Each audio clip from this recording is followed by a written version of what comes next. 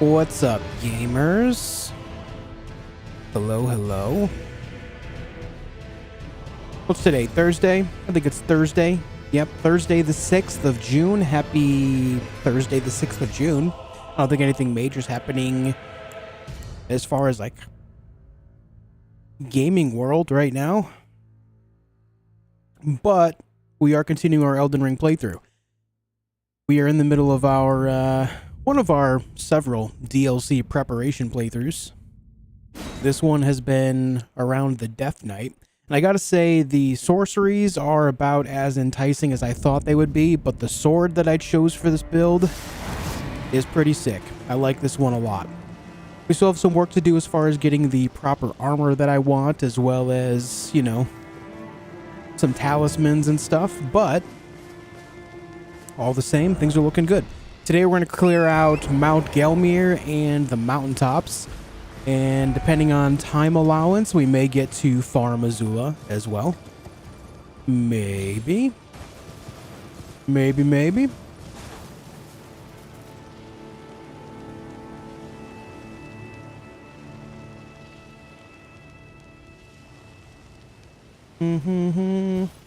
What's up, guys? How you doing? Hello there. For the Knight Rider set, yeah, the Knight's Cavalry set is pretty sick. I like it too. What's up, Brent? Hey, Veronica. Hey, Kyle, Andre, Robert, Cowboy, Setharoth, Exhausted, Majin Kai. What's up, someone? Hey, Barge. Hey, Emmer, Philotro, Orthanos, Gizmo. Thanks for being here as well. Hello, everyone. What's up, Ego?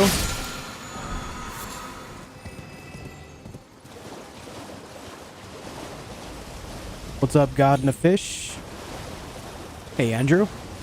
Hey, Degree. Hey, Brennan. Ever done a Moon Sorcery, Night Sorcery build? I have a playthrough where I did like all sorceries, but like a specific sorcery build based around those ideas? No, I don't have that. That is not a thing that I have. Hey, Fox Loker. How you doing? What is this item up here? Nascent butterfly.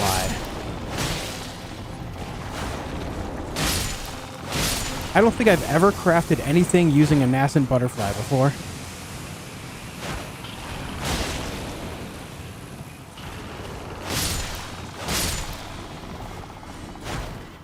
So many of these dudes here. Yo, Winter, thank you for the gifted membership to Kyle. I appreciate it a lot, man. Thank you so much. Thank you so much, dude. Hey, Janet, how you doing today?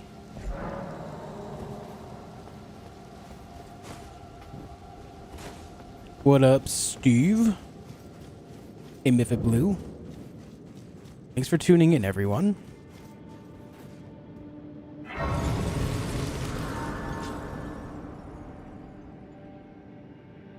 Man, I've been getting so many freaking emails today, and they're almost all spam, and I hate it. I hate it so much. Guys, you would not believe the amount of emails that I get on a daily basis that are just people trying to scam me. Unbelievable.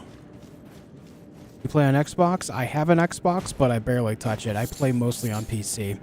In fact, speaking of this idea, it was brought to my attention today through conversation in Discord with Emmer that a lot of my builds that I thought were on PC are actually not on PC. Including a couple of my favorite builds, including the Dragon Warrior build and the Black Flame Monk build. Apparently those were on PlayStation and Xbox, and I was not aware of that. I thought they were on PC. I don't know why I thought they were on PC. I don't know how I forgot this bit of information, but all the same, I did. And obviously that's a problem, because I'm only going to buy the DLC once. I don't plan on buying it 3 times over like I did the game, you know? So I think before the DLC actually comes out, I'm going to take some time to make these other characters as well. So I think that's the next couple of weeks all tied up. Which, honestly, I didn't know what I was going to do for the next couple of weeks in gaming anyway, so I figure why not just keep hitting Elden Ring until then? And then we'll hit the DLC really hard with all these different characters, and then after that, we'll get back to playing other games. That's the plan.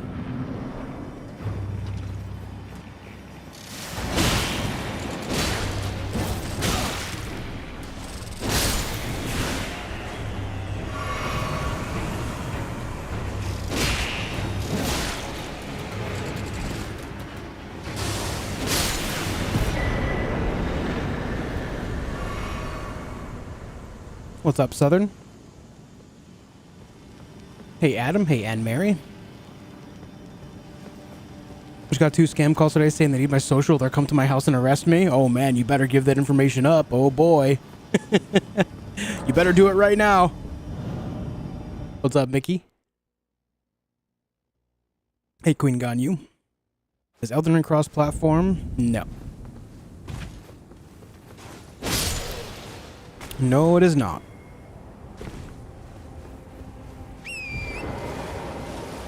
Hey, Jen. Also, speaking of all of this as well, speaking of other games, as you guys know, I do like to play a large variety of games.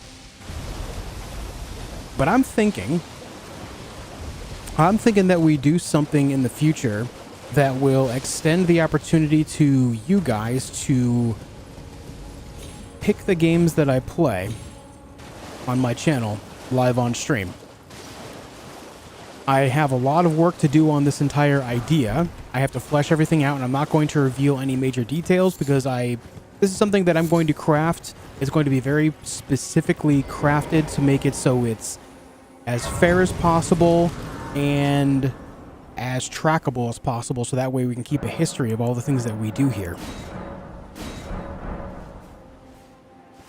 The idea is, we'll have some type of system involved where we'll do something live on stream, which will allow us to get one specific person after, a bit of, I don't know, it's not so much a competition, but it is something like that, along that idea that we'll basically call one person out that, during that live stream, and then they'll be able to, say any game. They'll be able to pick any game as long as I have access to it. The idea is to, pick something that I can play on a console that I own, or, a platform that I own. And then from there, we play the game. I'm going to be outlining all the rules and stuff for this entire idea in the coming weeks. And when the time comes, we'll reveal it and we'll get it going. And this will be something that we do like once a month or so. I've already got ideas of how I'm going to do this. I'm just not talking about it now because, if I'm being completely honest, it's something that everyone and their brother and their mother could put input on because they think that their idea is going to be the one to go with. It's not that I'm not trying to take ideas. It's just that I want it very carefully crafted so that way no one can call it unfair or anything like that. Because there's always going to be that guy, And so then, the reality is that with all the people that do come by my live streams, there will never be any way to get everyone involved in this, but everyone will have a shot, and I think that's what matters. And I think it's a cool way to get our community involved in picking the games that I play on my channel,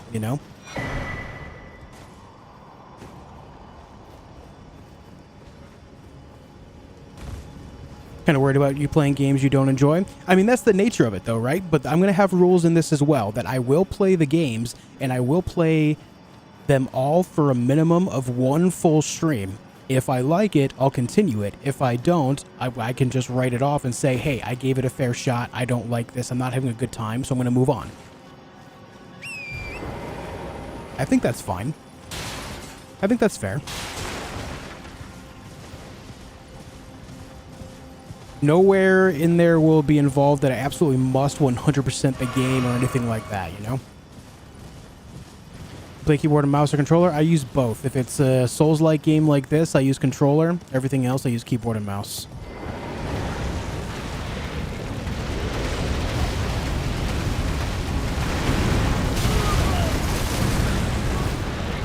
Are we allowed to choose Sekiro? Yeah. You are allowed to choose secure out. You're allowed to pick anything you want as long as it's something that I can actually access. Like, if someone picks, like, some Intellivision game, I'm not going to play that. If you pick an NES game, I'm not going to play that, or even SNES. I would rather it be on the last couple generations, so that way it's something easily accessible. And more specifically, if it's available on PC, even better. I'm going to write up a full document with all the rules, though. So once that document's out, y'all have access to that document so you can read it all in its fullness. Y'all be able to understand it and go from there. What's up, Shark? No Shining Force? Yeah, no Shining Force. Something in the last couple generations of gaming would be ideal.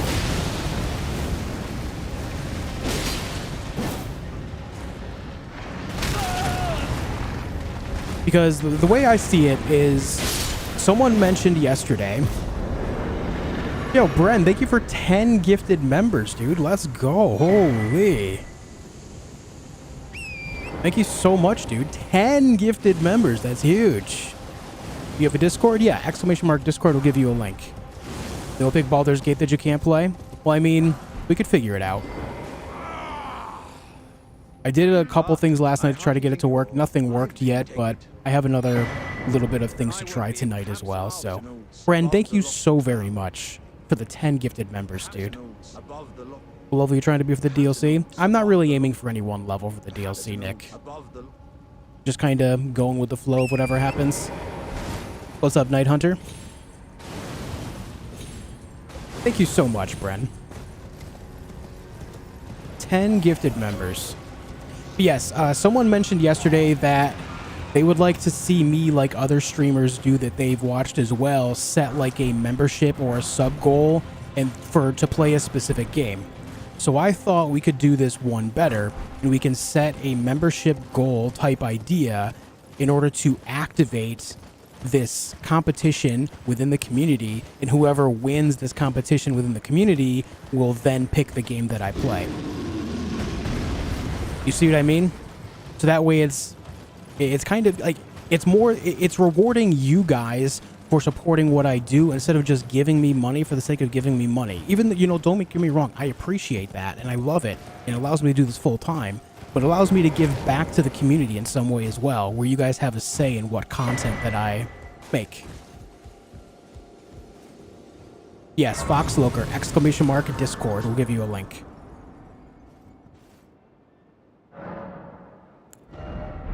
And yes, this quote-unquote competition that I'm saying will be something that is directly accessible just by watching my stream.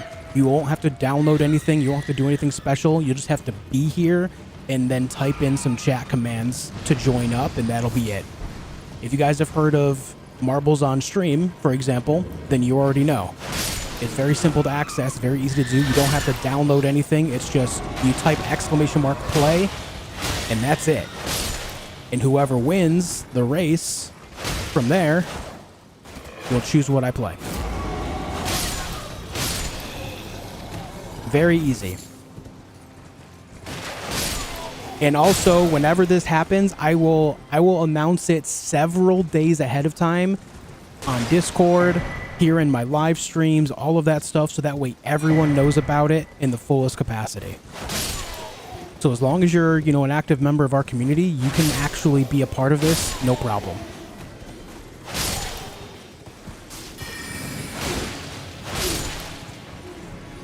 Yo, Agamemnon, thank you for the $5. Being unable to play BG3 can only mean one thing: invasion. Oh shit, man. Thank you for the 5, Agamemnon. And Brad, thank you for the 20 as well. Holy. But what if we like to make it rain for you? Well, like I said, dude, I highly appreciate it. Stuff like this that allows me to do it full time, so thank you very much. Thank you very much for supporting what I do without any expectation otherwise, other than, you know, keeping on streaming. I hope you know how much I appreciate it, dude. Thank you very much.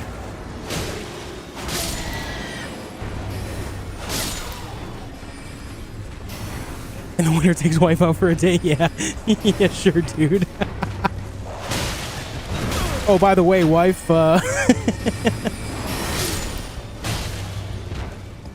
you have Resident Evil 8? Yeah. I've actually played Resident Evil on my streams.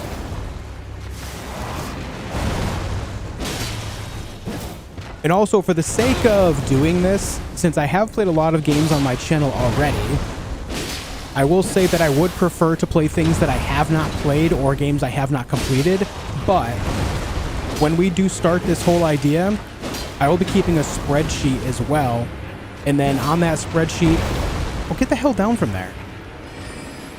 On that spreadsheet, I'll basically make it a blank slate so that, for the sake of doing this, if I've already played a game, it's okay if it's picked again, you know, once. But I will say as well, like, let's say if I end up playing Sekiro, someone picks for me to play Sekiro. If I play Sekiro, then Sekiro cannot be picked again for at least a year. Or something like that. I don't know. I'm like I said, over the course of the next few weeks, I'm going to be drafting up all the rules for this. But I'm not going to sit here and play Sekiro every other pick, you know what I mean? So we're going to need some type of rule in place to make it so that doesn't happen constantly. Yo, enjoy 20 months. Welcome back. Says thanks again, Bren. Yo, hope you enjoyed the membership again, dude. Enjoy. Welcome back, bud. Any chance for a deathless run? There's always a chance, but it's not something I have planned right now. Then Elden Ring DLC, is there any game on the horizon you're looking forward to? Stalker 2 is the first thing that comes to mind. Stalker 2 is the big game that I'm looking forward to for this entire year. Yo, Martin, 17 months. Welcome back as well, dude. Welcome back.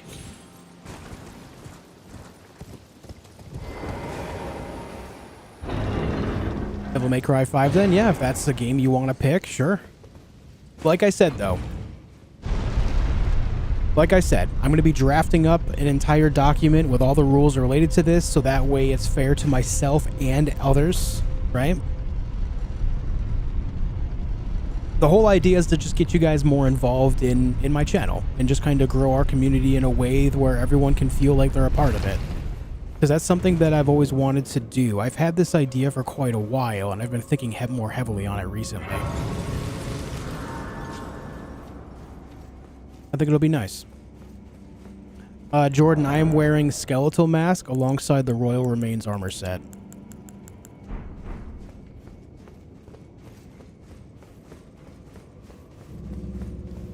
Also, yes, reminder, guys, we are watching Summer Game Fest tomorrow. I am an official co-streamer of it. And so I'll be live tomorrow, probably around like 4:30 p.m. Eastern Time, to watch it with you guys. If you want to see some new video game announcements and stuff, make sure you're here tomorrow.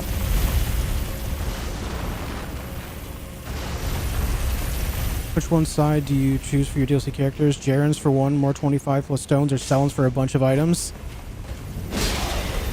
I don't think either are going to be majorly consequential. Therapism. The only way that's really consequential is that like that's like the only way you can find yourself getting plus 25 stones. But there are plenty throughout the game that you can find, like just laying around on the ground. Not to mention other quests involved where you can get them as well, like with Kenneth and Gostock and such.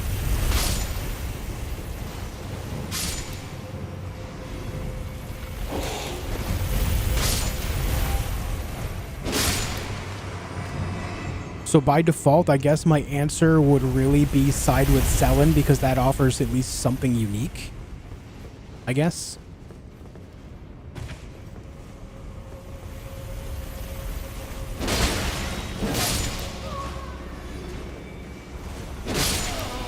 I'm also of the opinion that a lot of people hold a little bit too much weight on a plus 10 or plus 25 weapon.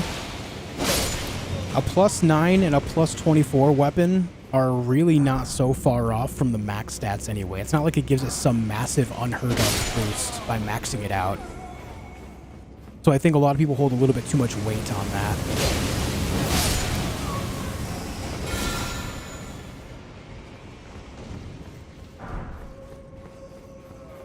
If you can get your weapon to +9 if it's a somber weapon, or a +24 if it's a normal weapon, that's good enough to beat the entirety of the game with again and again.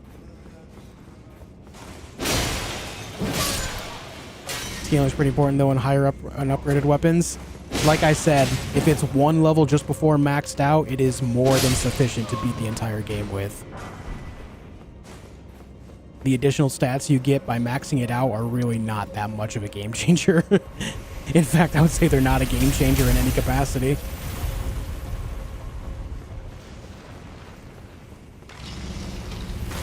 No, Andrew.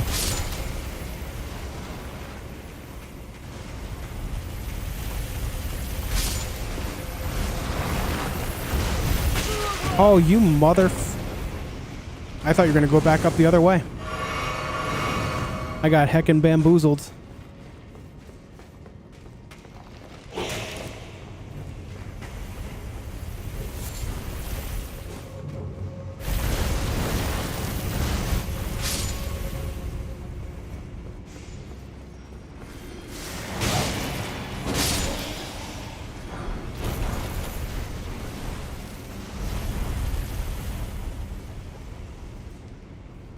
+9, I thought you meant non-somber. No, like I said, +9 +9 for somber, and then +24 for non-somber or normal.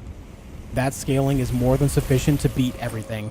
Like, you get those extra levels, yeah, you're gonna do more damage and stuff, but are those numbers really gonna make or break whether you win a fight? Chances are, no. Probably not.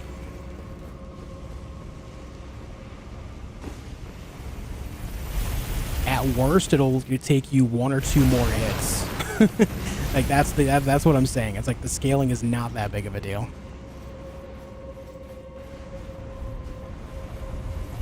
The only time it makes a big difference is if it changes the actual scaling, like if it goes from A to S or, you know, B to A, something like that. But even then, like my weapon right now is +9. It's at C quality scaling for intelligence. If I get it to +10, it changes it to B. Am I going to be unable to beat the game if I don't get it to B? Not at all. I'll be fine. I can still play the entire game. It'll likely take me, what, 3-4 hits instead of, you know, 3-4 additional hits for any one boss, you know? It's really not that big of a deal. Getting a somber weapon to +9 from 0 is more important than getting a weapon from 9 to 10. Or from 0 to 24 is far more important than 24 to 25.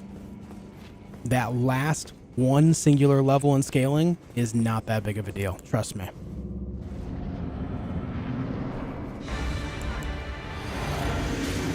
It's more of a status thing than anything else. You can beat the game without all these maxed out weapons perfectly fine.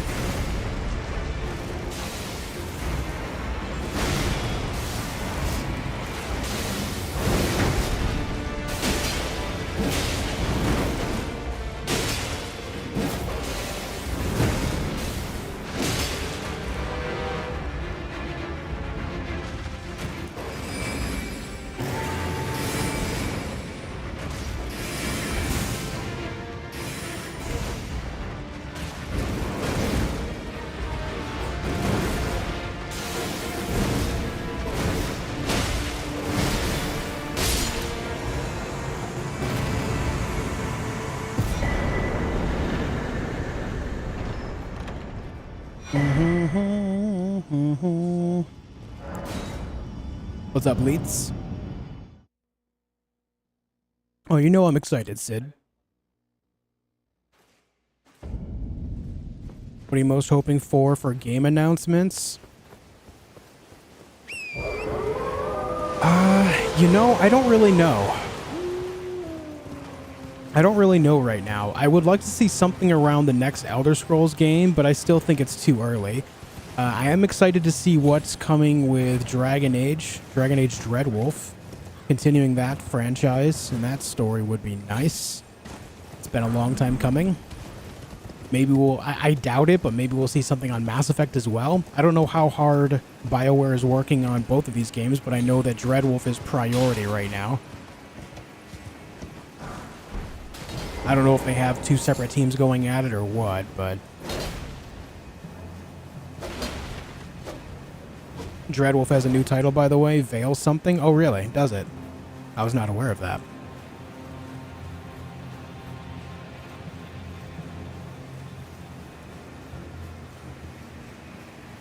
Bloodborne remaster. At this point, I don't think they could get away with a remaster. They need to do a full-on remake. They need to give it the Demon Souls treatment. It needs more than a remaster now.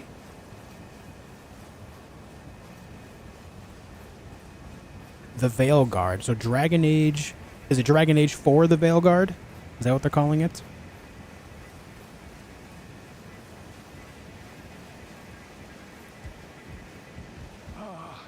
Welcome. Do you have anything interesting, sir? Anything interesting? I kind of wish we can get the black, white, and gray outfit that he has. That's the one thing about the merchant set. It would be so nice if we could change the colors like the merchants have. Dragon Age the Veil Guard? Nice. Okay, cool. It's no longer called Dreadwolf, apparently, guys. It's the Veil Guard. Which actually makes sense if you play Dragon Age Inquisition and its DLC. The Veil Guard makes a perfect sense for a title.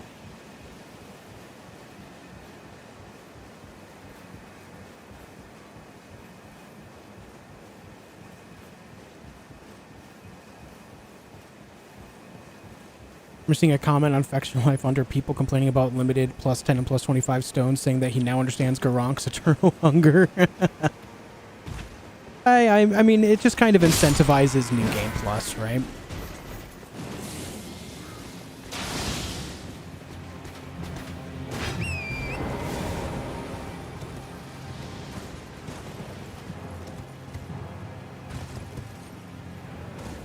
I will say it like this, though. They would absolutely not put a limit on that if getting that last upgrade was something of any actual importance, right? There's a reason why they give you the bell bearings, so you can buy unlimited smithing and somber smithing stones, all the way up to plus 9 and plus 24, right? If that last upgrade was something vital to the game, they wouldn't limit them. And I think that alone substantiates the entire point. If it was something truly important, they wouldn't limit them.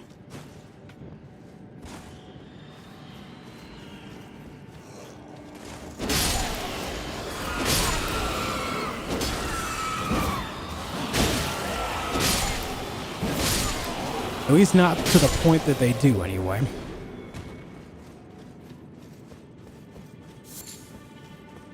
What's up, Damp?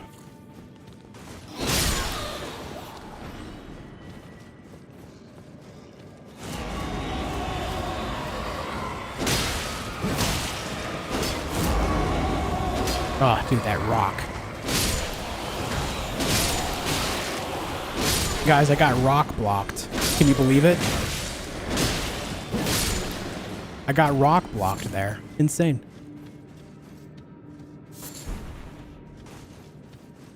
Because you're not a big fan of GTA? I'm generally okay playing the single player stuff. I can't say I've ever disliked playing the single player side of it. The multiplayer, though? Nah.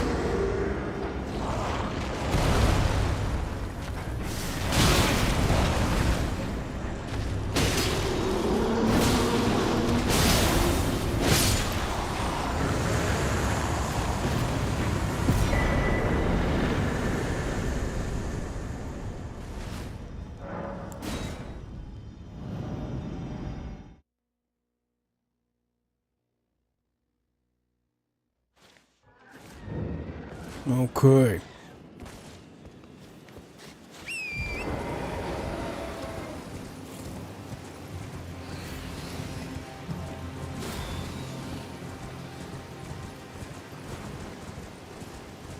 So like Naughty Dog games, when I think of Naughty Dog, I think of Crash Bandicoots. Is that right? Why do I think of Crash Bandicoot when I think of Naughty Dog? Are they the makers of it? The original makers?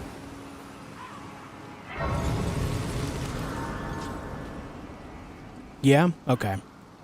So, I mean, yeah, I've always liked Crash Bandicoot games. I loved them when I was younger, dude. In fact, my hours put into the first 3 Crash games on PlayStation 1 are immense. I 100%ed all 3 of those games several times over. I definitely call myself an enjoyer.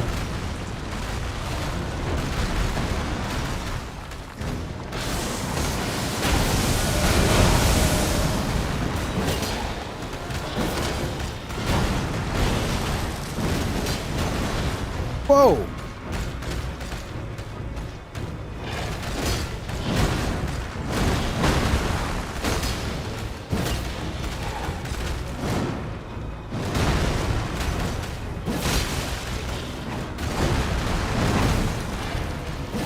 Damn. Damn. Damn! He keeps dodging my attack. Get the hell over here.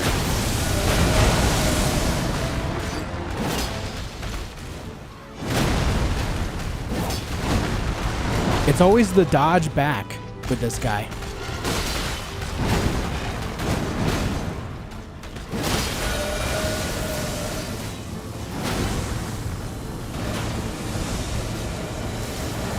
I forgot to drink my juice.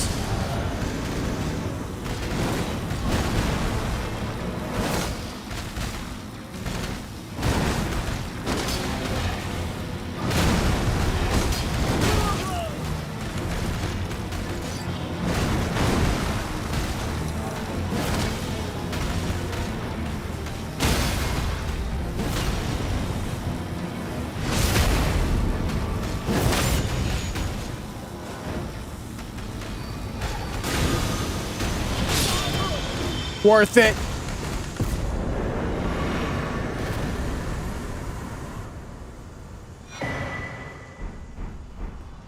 They did Uncharted. I've never really been big on the Uncharted games. My brother was a big fan of them when we were younger. I was never into them myself.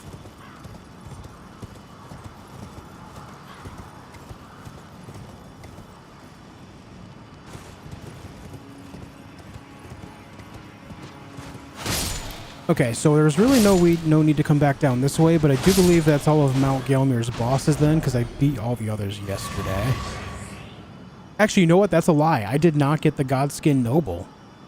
I did not go the normal way to get there. So let's go do that.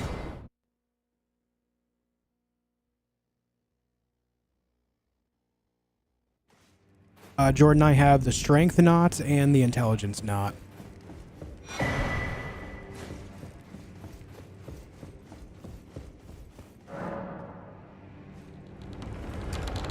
Yeah, Naughty Dog did The Last of Us, right? I think The Last of Us is good, but I do think it's also extremely overrated. I don't think that it deserves the praise that it does in a gameplay sense. The story is excellent, though. The story, very good. But the gameplay, there's nothing unique or groundbreaking there. That's been done dozens of times before they even made that game.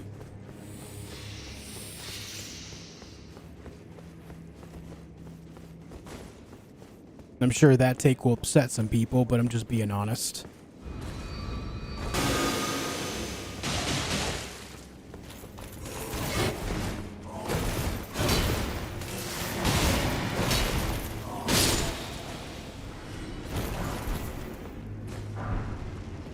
What's up, Elgranon? Again, that's not to say that the story isn't good, because it is. But from a gameplay perspective, there's nothing unique there. What level's my staff? My staff is plus 19. Elgranon, thank you for gifting a membership to Southern. I appreciate that, dude. Or a sub, rather. Thank you very much. I can't believe Josh hates The Last of Us. I can't believe this. I can't believe you've done this.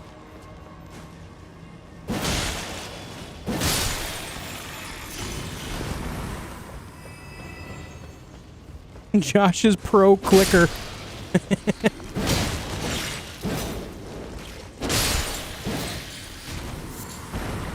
These guys are very weak to frost, huh? Makes sense.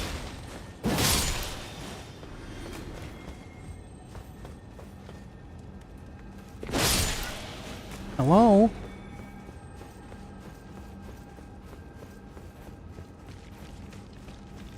Yeah, I'm not calling the gameplay bad. It's just nothing unique. It's a tried and true type of gameplay approach. You know, it is what it is. But I remember saying years and years ago after I played the first one for the first time, like, man, this would make a much better TV show or movie than a game.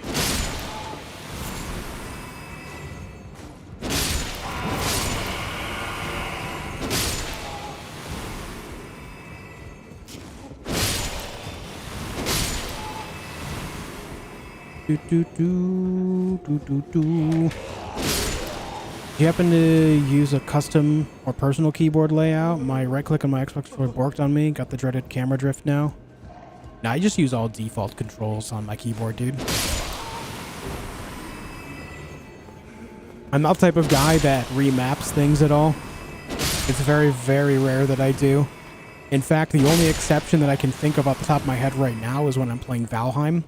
I'll put dodge on one of my mouse buttons, which I believe is just Alt and space at the same time, or like C and space at the same time or something. I'll map that to my mouse, but outside of that, I don't do anything like that.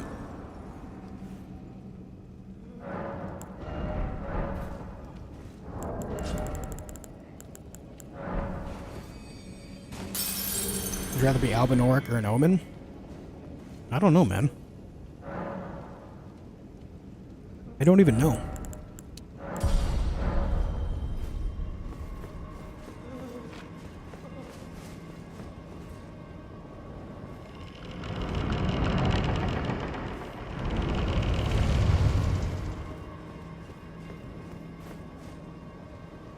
Do do do do do.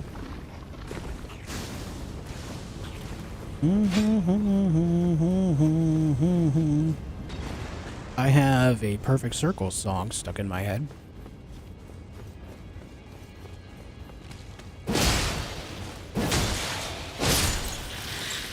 Yo, Adam, thank you for the 5 bones, dude. Josh, what would you think of the StarCraft 2 Wings of Liberty campaign? I mean, if you were to like win this thing and that's what you chose, I'd be down to at least play it for a day and see how I enjoy it. I will say that I used to enjoy the hell out of RTS games, but it has been a while since I have actually liked playing them. But I would give it a day. If that's what you were to pick, you say if you won the thing, right?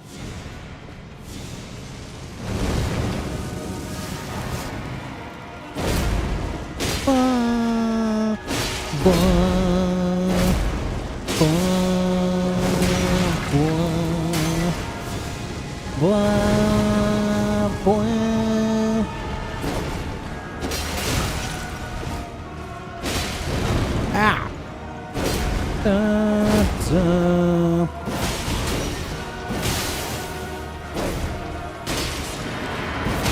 Get your ass back down here. Dun, dun, dun, dun, dun, dun. Boing, boing, boing, boing, boing, boing, boing. Boing, boing, boing. Yo, HP Love Chef. That's my dude, Bren. That's my guy, Bren. Thank you so much for 5 gifted subs on Twitch, dude. I really appreciate that. Thank you so much for doing it. Thank you very much, dude. Means a hell of a lot. Thank you. Very nice of you, dude. Actually, that's it for Mount Gelmir. Rykard is already dead. We killed Rykard yesterday. There are no further bosses forward from here, so we are off to see the wizard. Excuse me! How dare?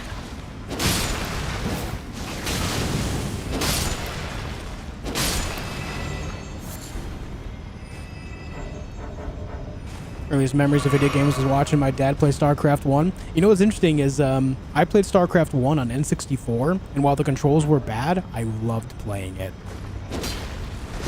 That was before I had access to playing any games on PC.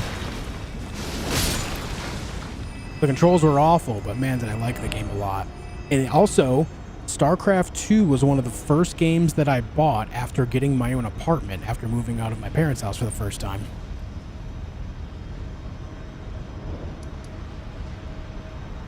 Okay, we got all the things in Altus, right? Yeah, they're all dead already. Hold on, did I kill this boss? Let's go there and check it.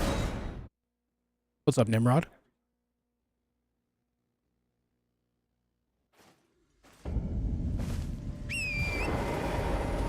What's up, Sven?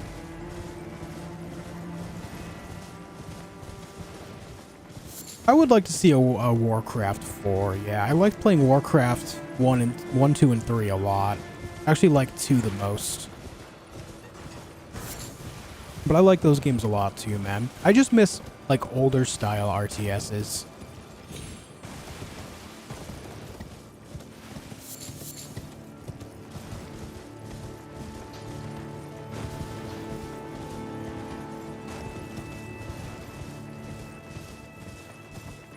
What's up, Unimon?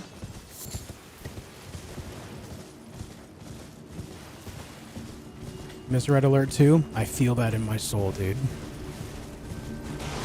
Oh, I didn't kill this guy. Alright, well, let's get it. Command & Conquer 3 Tiberium Wars on Xbox had terrible controls, but I loved it. That game is good, yeah. Wait, again? Cringe.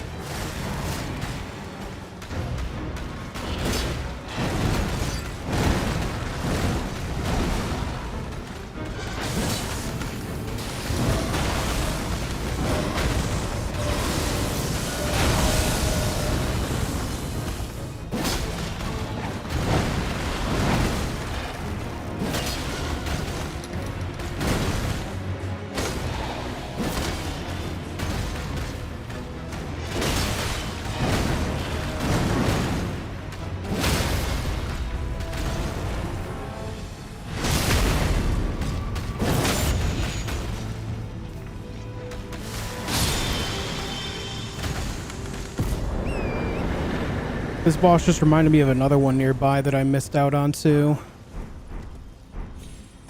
Didn't Dune ones have an RTS? Yeah, they actually had another one launch. Was it last year? Dune Spice Wars. It's actually decent. I wouldn't call it amazing, but it's decent.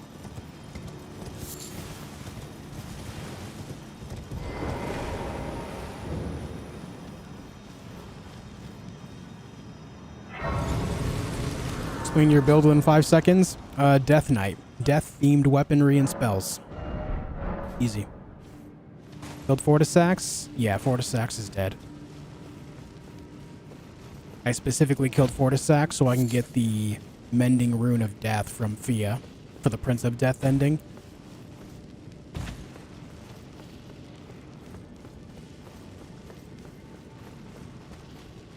Don't look at me.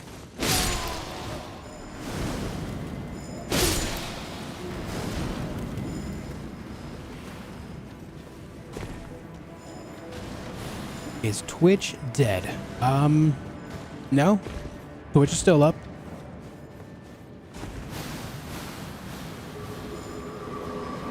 Fia's champions in Half-Light equal terrible fights. Yep, some of the worst in all From Software boss history. I agree.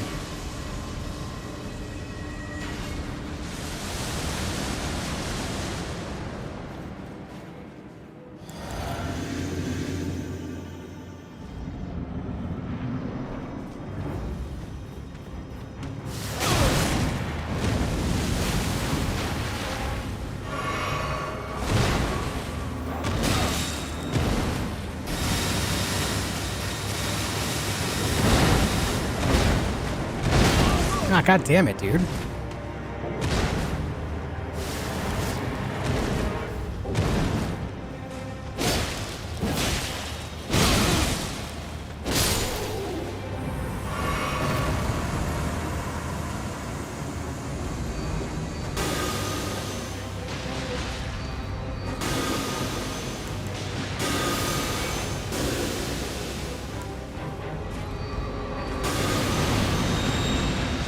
I love the skeletons floated up to the sky for that.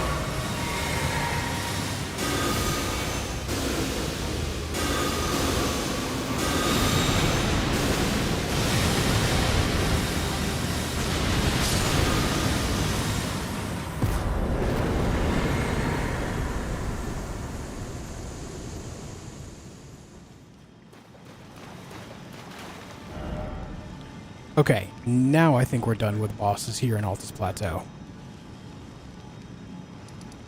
Yes. Yes. We're done with bosses in the city already as well. We can go to the mountaintops again. Let's go. Hey, Nimcode.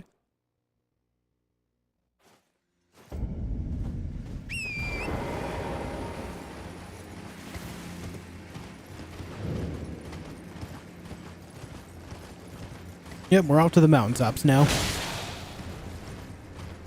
Take out Baby Margit. Baby Margit's not a boss.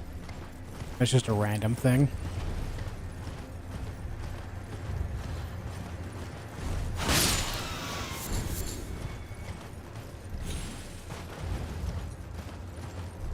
Okay, so to recap my idea, if anyone wasn't here that is curious, I'm going to be getting you guys involved in choosing the games that I play live on stream. I'm sure some of you will love this and others will hate it, but I still think it's a cool idea to get you guys involved in doing what I do, you know? I'll be writing up a full document on how all this is going to work, and the idea is we're going to have some type of competition live on stream every once in a while, like once, maybe twice a month, depending on games chosen. And obviously, I'll pick the games that I want to play in between all of this as well.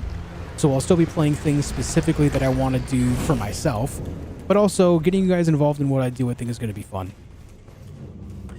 The idea is we'll hold something on stream so that way you guys can join up, and then whoever's name ends up getting chosen will be able to pick the next game that I play.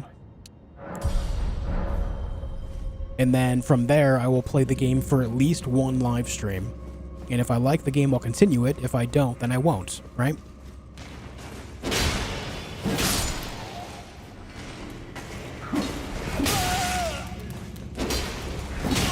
Oh my shit, dude. I drank the wrong juice.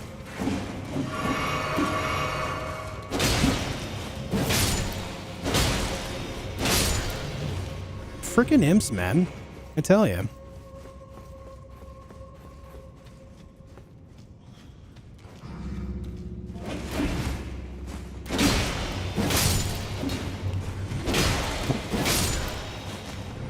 One thing I will say for sure, though, is I will have a certain set list of games that will be excluded as well. For obvious reasons, because I've played it so very much in the last couple of years, Elden Ring will not be allowed to be picked. You will not be able to say, oh, play Elden Ring, but make this build. No, that's not going to be a thing. It's a great sword, yes. Helfin's Steeple.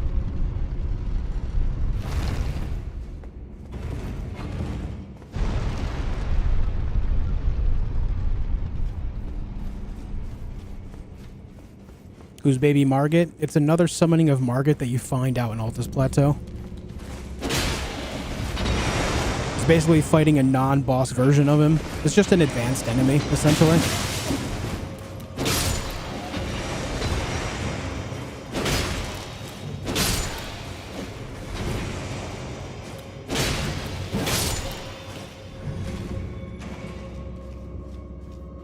And another rule that'll be involved is it needs to be something single-player capable. I'm not going to sit here and have people say, oh, play Fortnite. Ooh, play Apex Legends. Play Tarkov. No, it's going to be single-player capable. It can be a co-op game, but that co-op game needs to be played solo. I think that's the whole point.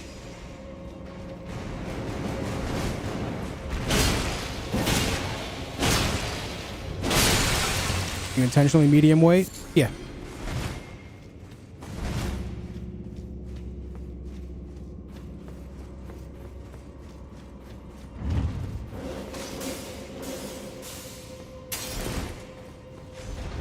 Hey, Ben Shark.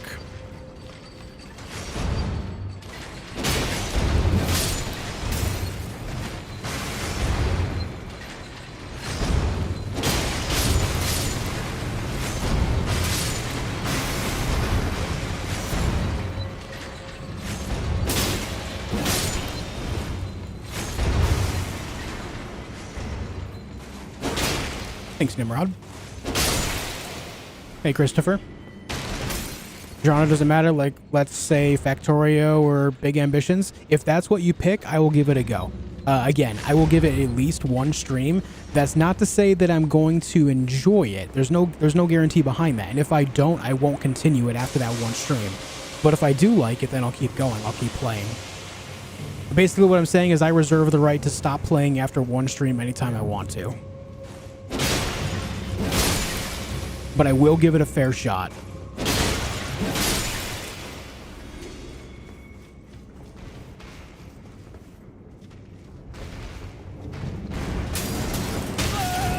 I usually get stuck on that doorway. Yep, I was stuck between him and the wall.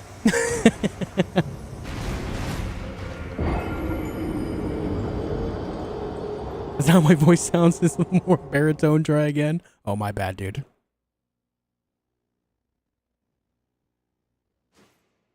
No, Dead by Daylight is not solo. That's not a thing. It has to be a single-player game. But again, we're not going to worry about you guys picking games now because there's no guarantee that you're going to be able to pick a game at any one point, right? The whole idea is it's going to be chosen at random via methods that I'll have on stream.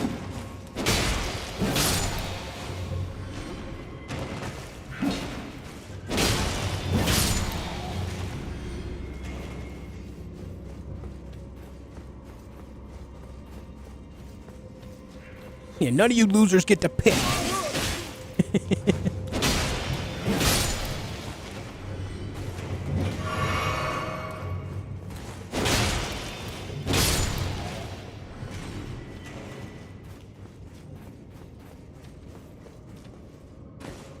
But also with this, obviously, because of the different games that are going to be played, I encourage you to still come by the stream to check out the games with me.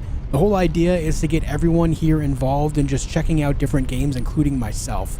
I am definitely using this as a tool to just kind of broaden my horizons and try things that in other circumstances, I would have never tried. I'm trying to understand what games you guys like, and I'm broadening my horizons alongside of that. So even if you don't like a specific game, it would still be the sickest thing to have you guys here for games that, you know, might be something that we both don't like, but are still willing to embrace together. What's up, Baron? Yeah, I still have Demon Souls.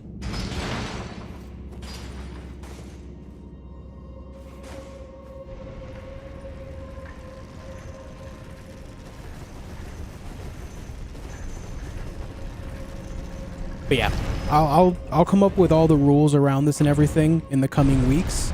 And then after we play the Elden Ring DLC stuff pretty thoroughly is when we'll do this for the first time.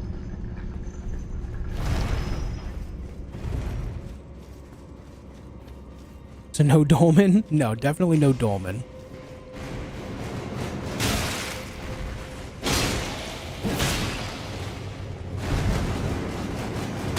Oh god, dude, why am I so bad at this game today?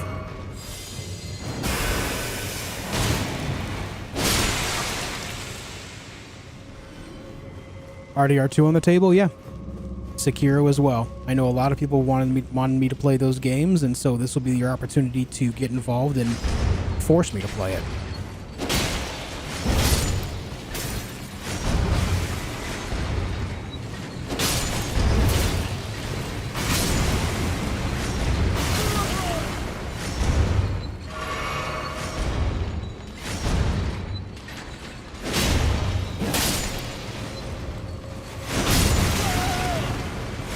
What the instant explosion was that?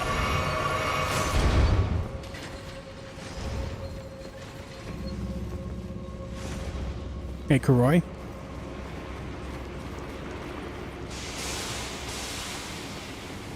Are you worried about people not tuning in for games out of your usual? Yeah, of course. But that's why I said, like, I encourage people to try to check out these games with me. The whole idea is to try to embrace new experiences together and kind of just check things out at a community scale. I think it'll be fun.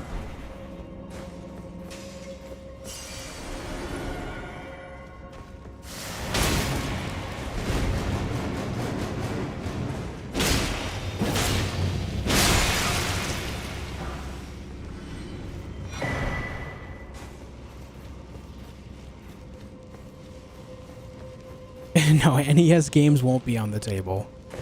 And like I said, last couple of gens, we're not going into super old stuff like that. Not that I don't enjoy them, I just want to play, you know, things that I've missed in the last few years specifically.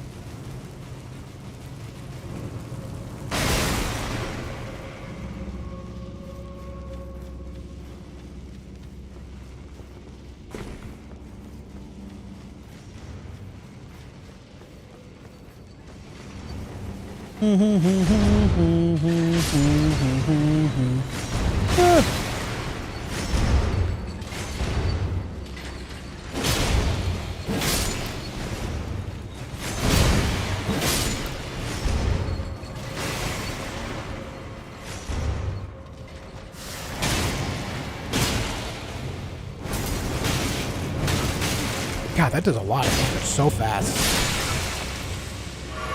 So very quick.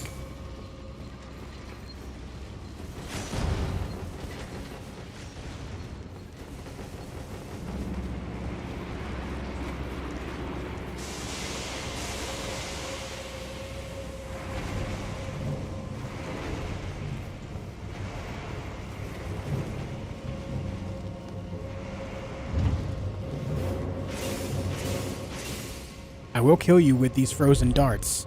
Oh yes.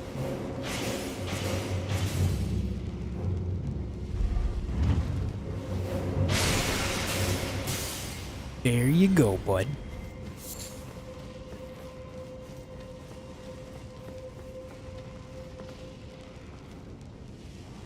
Where's the drop? There it is.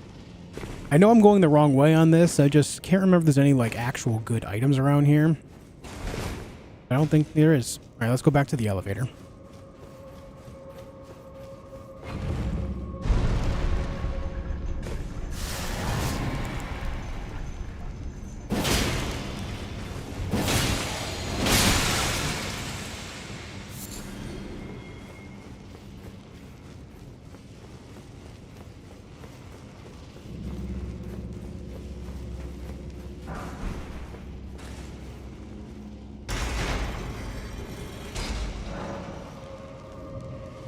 Yeah, I will in the document, I will list all platform availability. Like what platforms I have specifically that I can play video games on. Yeah. Trust me when I say I'll have an entire thing for you guys. That way you guys all understand very thoroughly the rules and whatnot.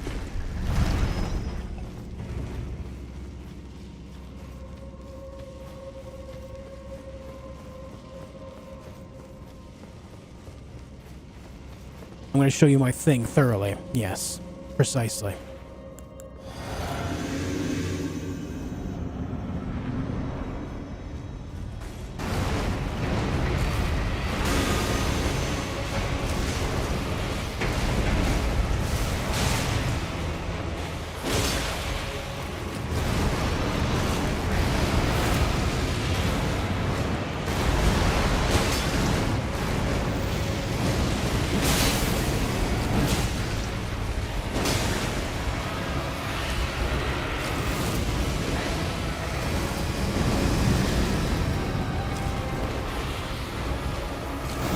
Damn, that just reset the entire poise meter, I think.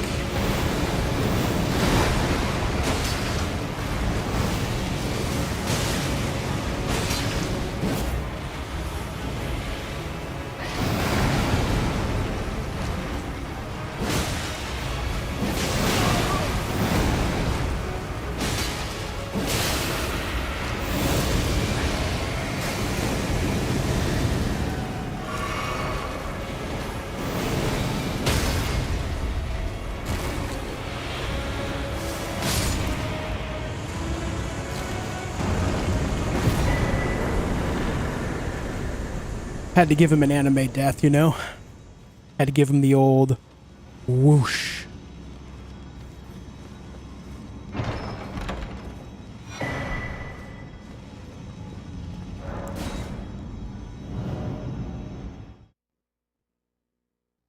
Okay. Alright guys, listen. I have to pee, okay? I have to pee. I will be right back. after I sit at the site of grace. Okay, I'll be right back.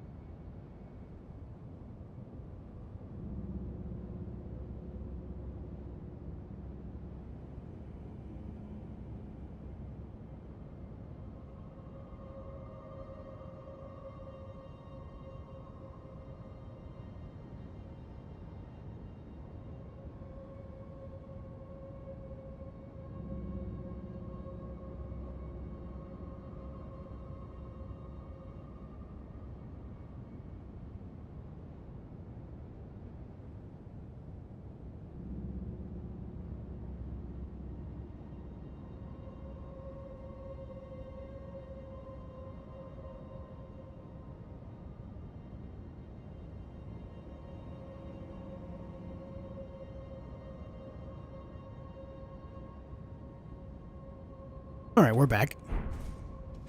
We are back.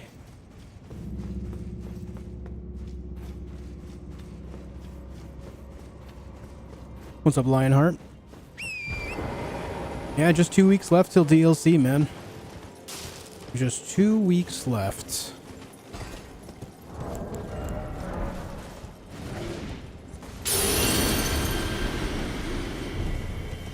Also, in the next 2 weeks, guys, like I mentioned earlier, I had a Discord conversation with Emma earlier, and I was made aware that some of my builds that I plan on taking into the DLC are actually not on PC. So I'm going to remake those builds on PC in the next couple of weeks on stream.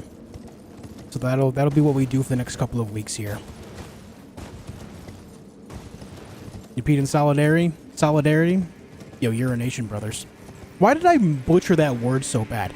We peed in solidarity, not solidarity. You guys ever do that? You just catch yourself being really lazy about your articulation? What the hell am I doing? Solidarity?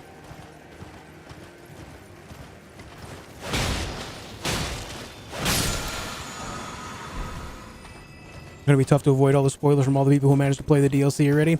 That's alright, Sizzis. We will not be discussing DLC spoilers here. Anyone that does gets banned. Easy peasy. Algernon, thank you for the $2 super chat. Dami Mommy 2.0? No. No, sir. I'm sorry. No Dami Mommy action here. Nope.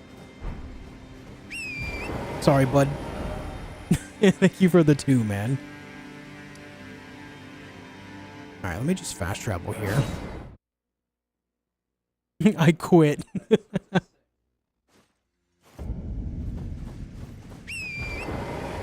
No, I like to articulate my words. It's something that helps me avoid stuttering. I'm not the most articulate. I do use a lot of consonants as well as sometimes abbreviations just to kind of get around certain words, but I do have a stutter that I had to work through as a child. And once in a while, you guys will hear it rear its head on stream as well. Once in a while. But articulating my words helps me get around that.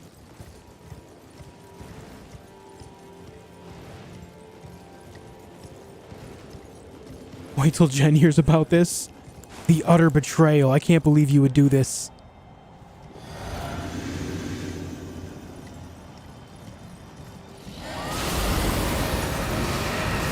Alright, so I'm pretty sure this weapon's gonna suck in this fight, so let's see how this does. Oh, that's actually not half bad.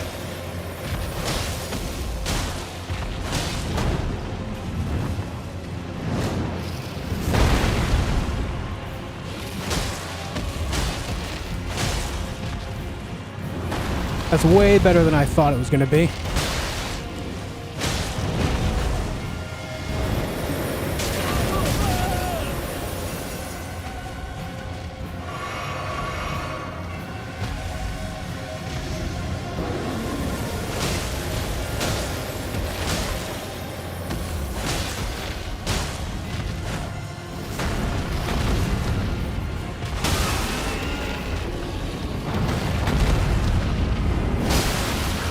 Oh, yeah.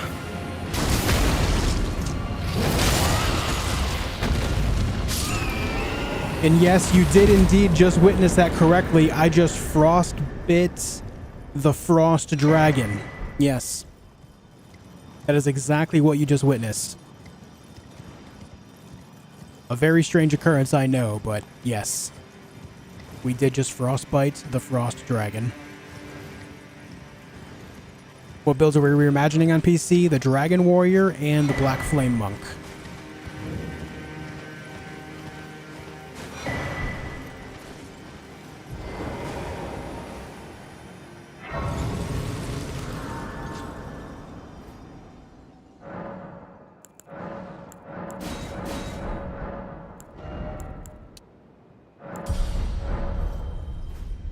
Thought you were dead there. Yeah, for some reason, this dragon specifically will slightly target you with that specific breath spell. He'll cast it more at your feet instead of at his own.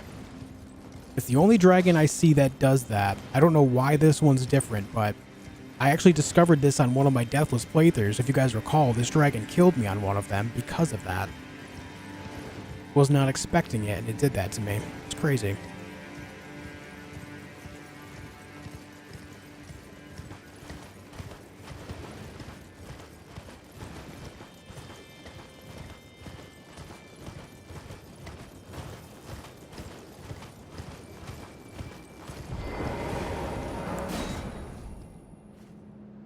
I'm going in with several stuff, and as far as which one I'm doing first, I don't know yet.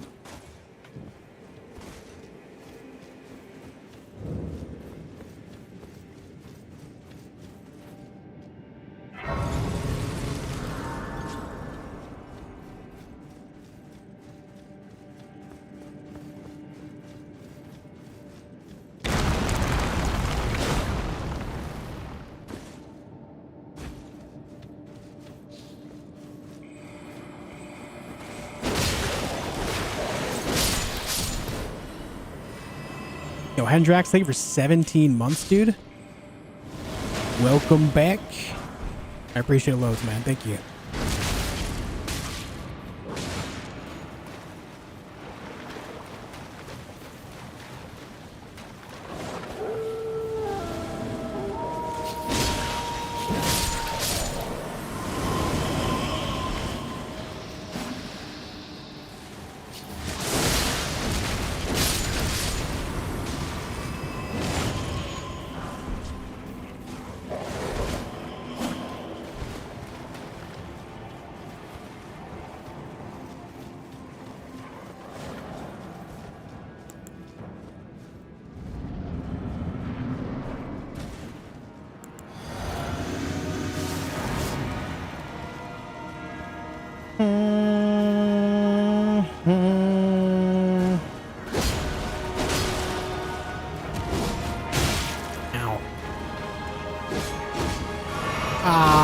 Oh, he missed. Let's go.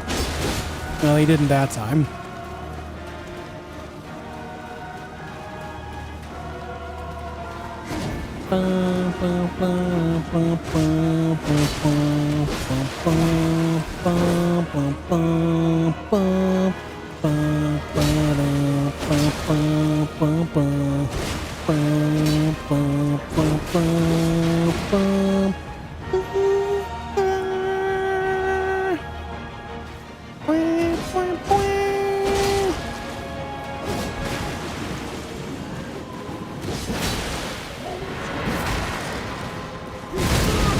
Slightly early, dude. I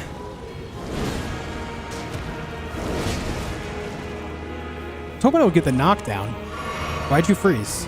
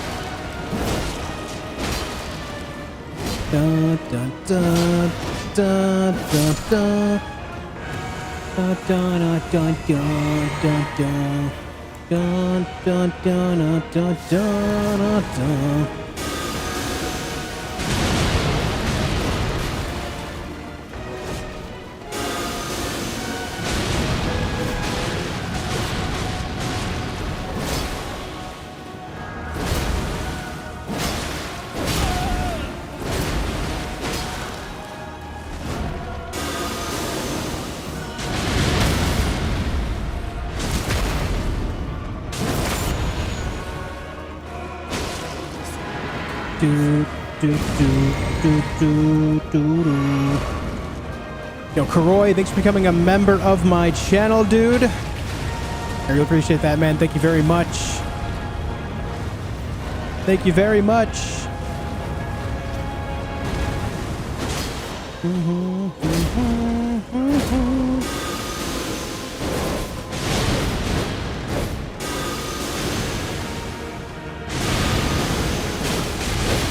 Ow, what the shit? Why you got so much range?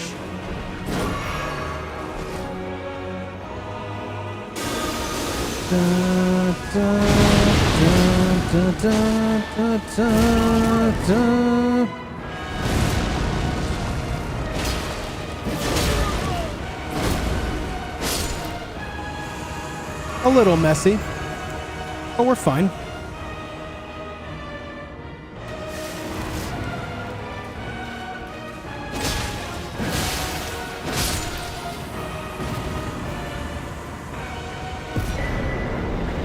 I can't believe I didn't get a knockdown on the noble again. I can't believe I didn't get a second knockdown at the end there.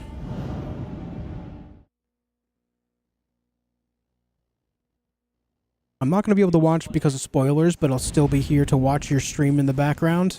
Hey, I mean, that's amazing, dude. I understand spoilers. I understand.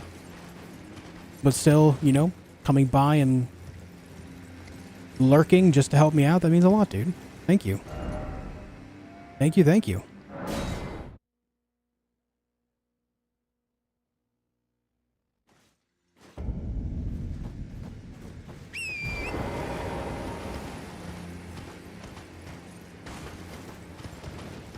You didn't kill a snail, does it call the godskins again? Honestly, I don't really know. I've never let it survive. I honestly have no idea. You just kill the snail in the cave and leave the godskin alone? No. Nope. It's not like the earlier game ones where it's in the room with you at the same time. This one only teleports into the room after you kill the godskins. Was that menacing?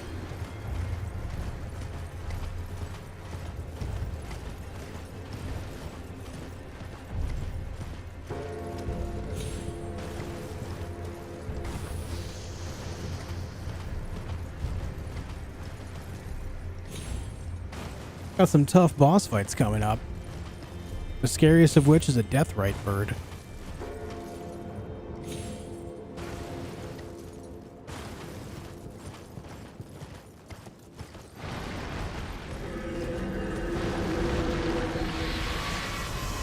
Yeah, right. Yeah, a lot of people think that's the Godskin duo fight, the first playthrough that they hear about, and then they get to Farum Azula and they find the actual duo and they're like, oh shit.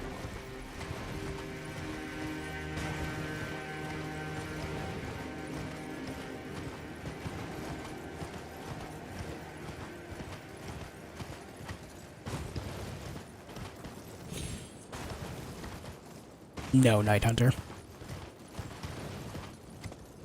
Hey, Kira. Oh, thanks for 200 likes, guys. Thanks for 200 likes on the video. I appreciate it.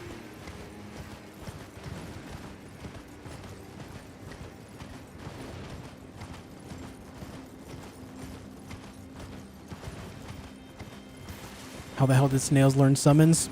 I don't know, man. They're the original Tarnished or something. I don't know. Some crazy story shit.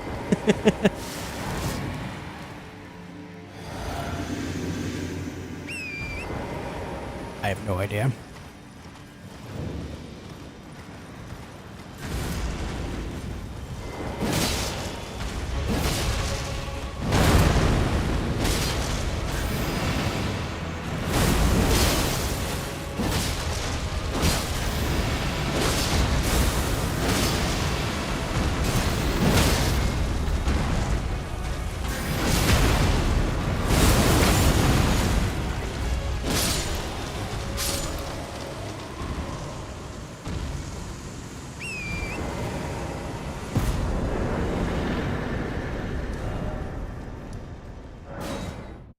Okay.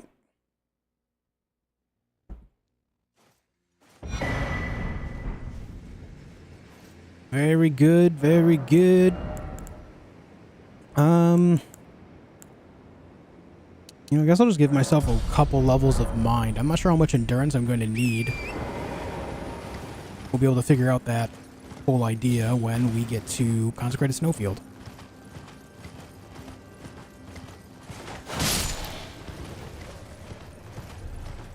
What are your expectations for the DLC? The only thing that I really care about, first and foremost, is just boss fights. A big fan of boss fights, that's why I play these games to begin with. I like being challenged by bosses and learning their unique mechanics. So I'm hoping that they do something along those lines. From Software has a great history of putting in some of the toughest bosses that they've ever made in their expansions for their games. So I'm hoping that they do that with this as well. I want a boss that's going to be tougher than Melania. I want it to have some crazy attacks that I have to learn how to get around. I want it to be gratifying in experience.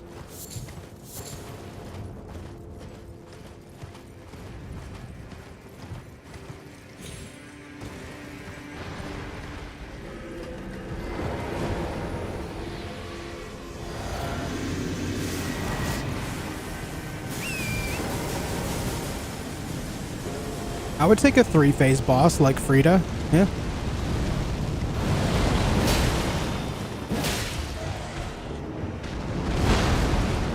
Absolutely.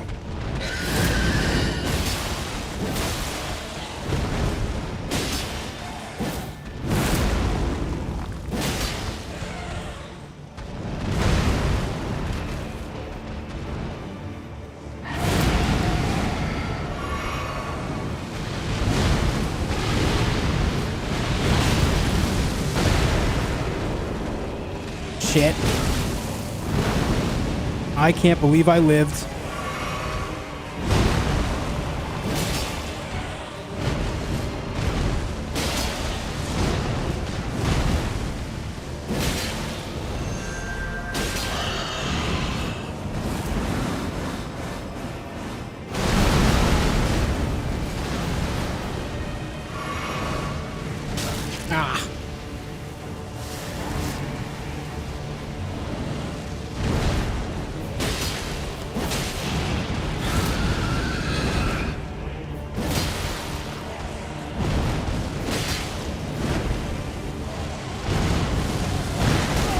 Oh, get the hell out of here. Oh, I'm so dead. I'm so dead. I'm so dead! Never mind, I lived, bitch. Oh, baby. I lived, bitch. You weren't ready.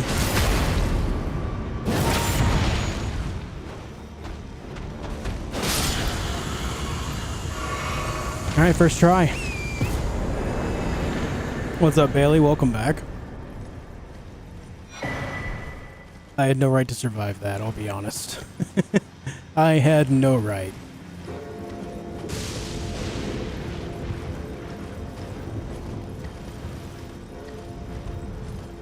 I didn't realize he was doing that major phase 2 attack until after I swung my weapon. I just I wrote it off. I was like, yep, I'm screwed. This is it. It's game over.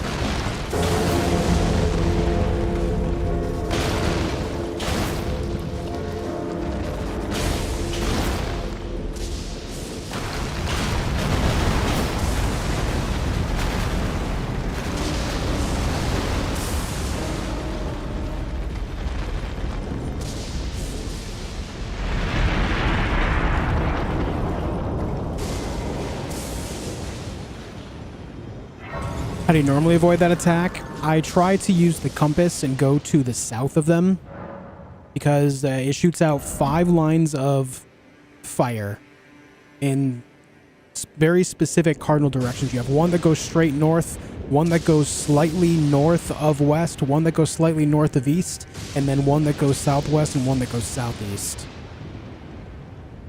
Basically, if you go directly south, your chances of being hit are extremely minimal. It's not perfect because they do try to aim for you a little bit, like they do try to like work their way towards you, but you can avoid them all the same if you just go directly south and then just wait.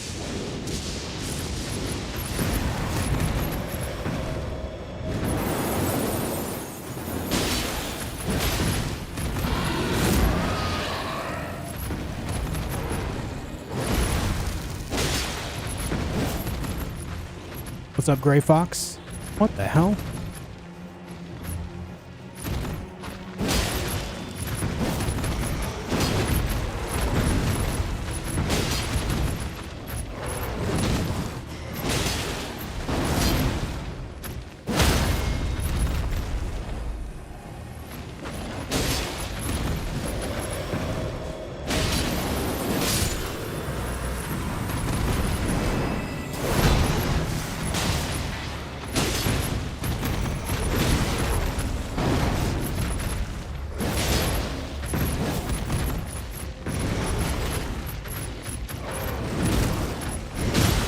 God damn it.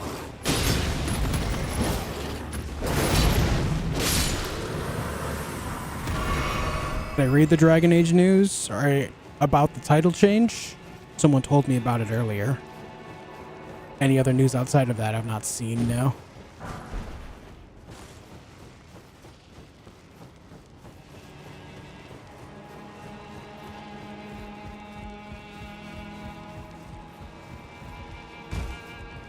No, any news you have, Elganon, let me know about Dragon Age.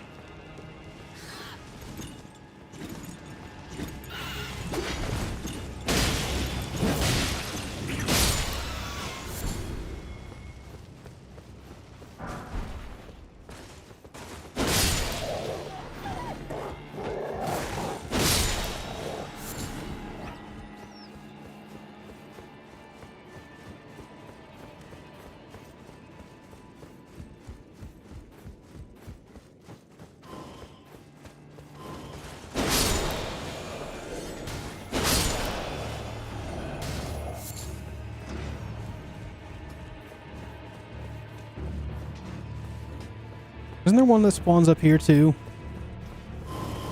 Oh, there's 2 of them. 7 companions confirmed, but you can only use 2 at a time. They said combat was a big focus for the team and will feature an ability wheel that you can use to pause combat. Sounds Mass Effect-ish, but I don't know. That does sound Mass Effect-ish, but to be fair, I mean, you could always pause combat in Dragon Age as well.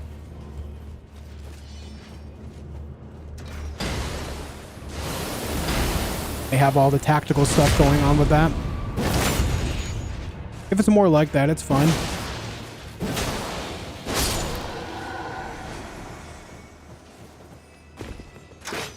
I just hope that they're not deviating away from the original idea of Dragon Age and its combat, because it's always been very befitting of it. And if they start to deviate away from that for the sake of trying to modernize the experience after a game like Baldur's Gate 3 just had massive success, then that's going to be a major problem. If a CRPG with classic turn-based mechanics can be brought into the modern era and win Game of the Year and be one of the most popular games in the most recent years, then I would say there is zero reason to deviate into other things because of worrying of modernization. If they deviate that way, then BioWare is lost.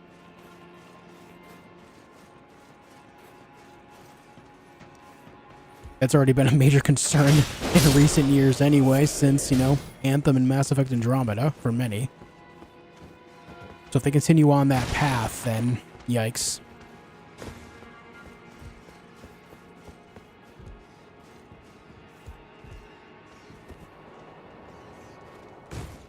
What's up, 3-putt?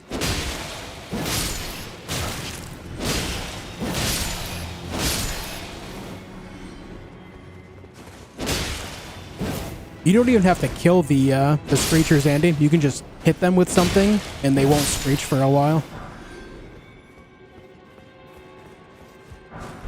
15-minute gameplay video on Tuesday, though? Oh, really? Tuesday, is that the... Is that during the Xbox presser? The Xbox conference?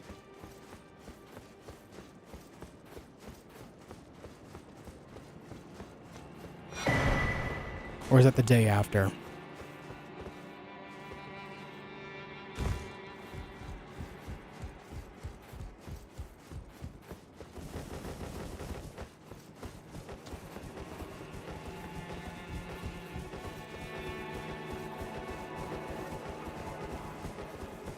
I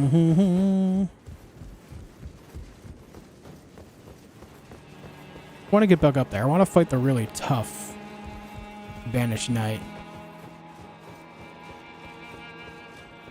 Worried about combat. Also don't like the 2 companions only. Yeah, I mean, historically, it's always been a team of 4, right?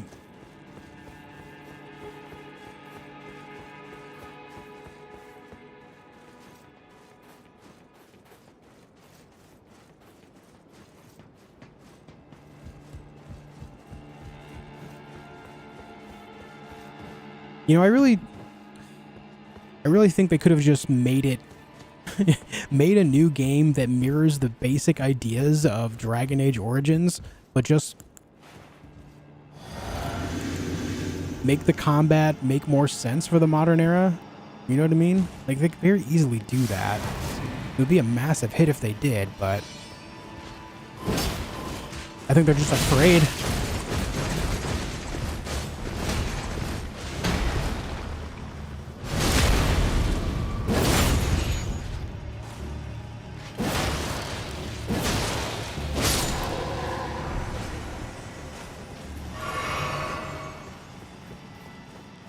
Honestly, if combat was just DAO but prettier, I wouldn't complain. Yeah, me too. I think that would be fine.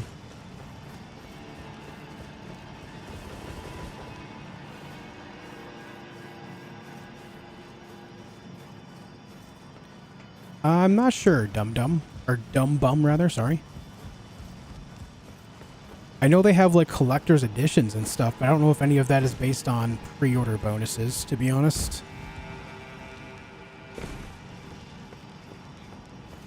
Yeah, if you can just get around that that Banished Knight's initial attacks, you'll be fine. The hardest part is just getting around those initial attacks. Alright, so here's the tactic. You guys see that guy right there? If you just throw like a kukri or something at him, he won't scream. You don't even have to kill it. Just throw something at it, and they won't scream. It's fine. And then, because of that, nothing summons here.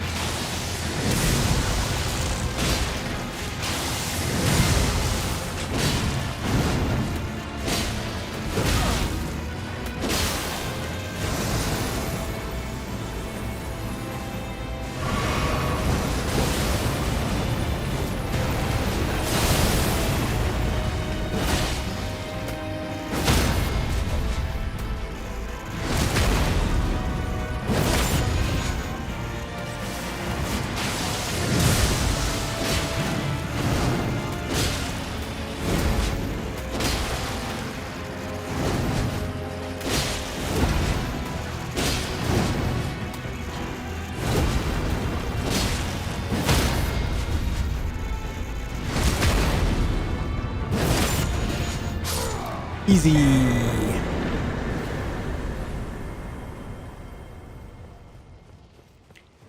Easy.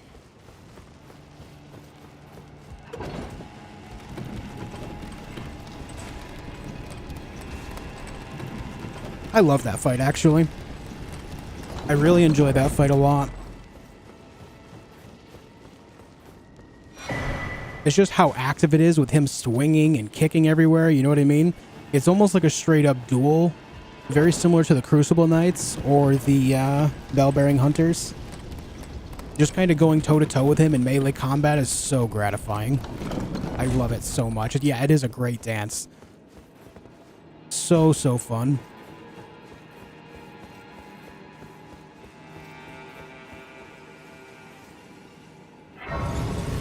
How'd you learn about the screaming? Experimentation during my Deathless runs. It actually turned out that during one of my Deathless runs, I was out of kukris. I only had one kukri left. And so I threw the kukri at one of them because I was using the kukris to try to just kill them so they wouldn't scream. But I threw one and I was like, I was out. I had no more ammo. So I panicked. I said shit and I just started running because I was expecting it to scream because I hit it. But then it never did. And so I learned at that moment that all you have to do is just hit it once with any thrown item. And apparently they don't scream. Now, I don't know if it means that a certain percentage of their health needs to be taken out or what, but yeah, that's what I learned.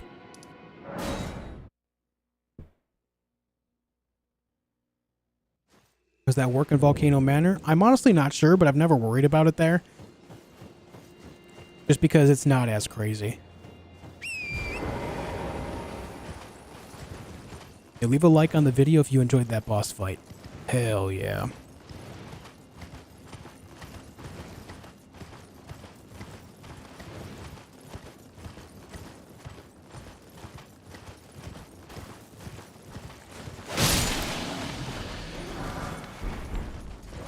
Alright, it's time for Vike.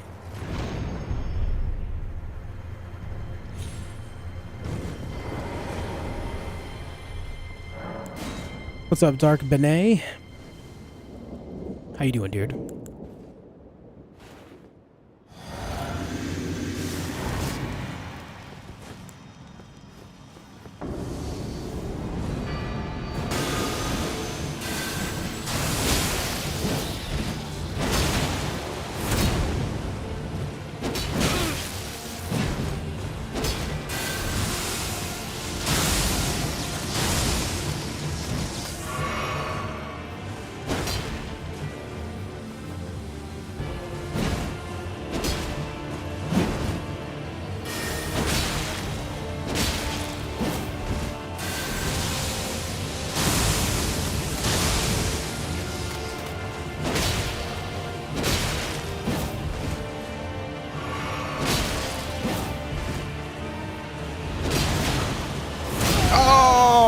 God, it hurts.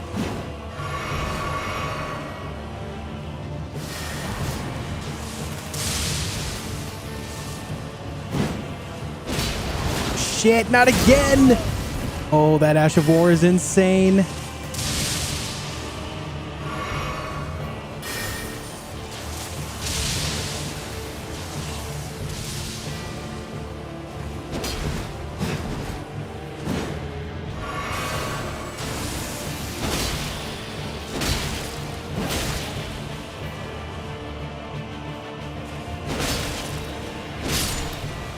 Alright, kind of anticlimactic there, Vike, but alright, we got him. What's up, Kuda? Yeah, Tolga, I'm enjoying the build. I will say I'm relying heavily on the sword more than the spells, but I think it's pretty common knowledge that death sorceries are garbage. You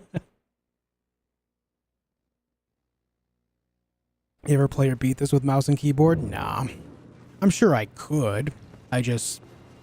Mouse and keyboard just feels so wrong in a game like this. So I just never really went for it. It's surely possible. I just don't think it's as fun of an experience. It just feels so weird. Can you get his spear? Yeah, you can get Vike's War Spear from his invasion in northeastern Liurnia. It doesn't do the same thing as it does in that arena, though. It's a madness version of it. For whatever reason, you can't get the non-madness version of his stuff. It would be so cool if you could. I would love that so much.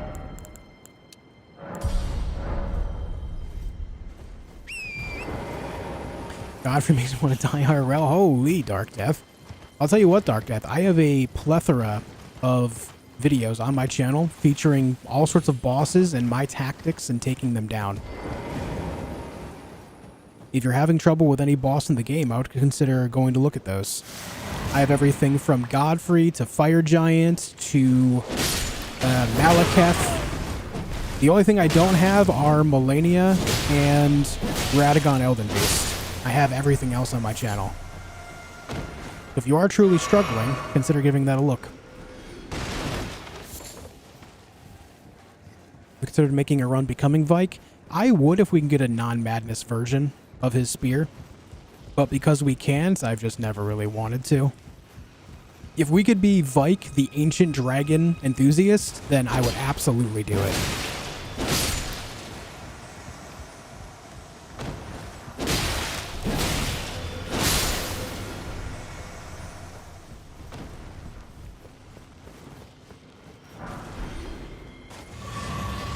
You're on New Game Plus 9? Well, you'll be happy to know that scaling upwards stops at New Game Plus 7. So whatever you did in New Game Plus 7 will work in New Game Plus 9. Hey, George. Happy Thursday to you as well.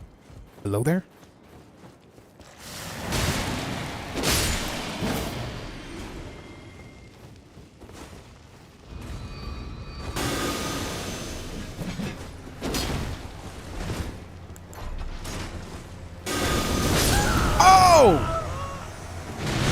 Jesus, Arganthy. That thing absolutely just one-shot me. What the shit was even that?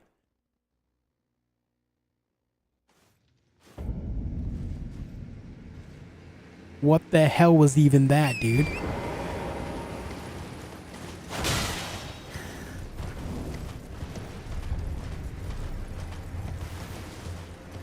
Man brought a cannon to a... or no, I brought a sword to a cannon fight. That was a major mistake.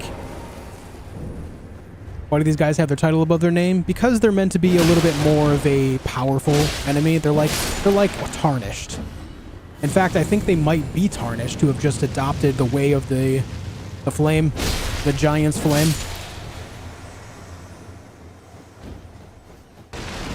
That would be my assumption if they are actually named.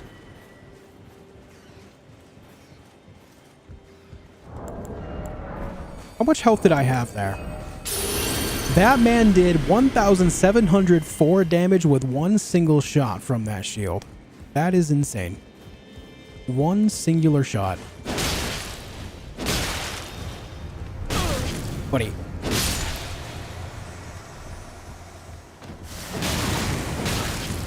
Hey, can we not?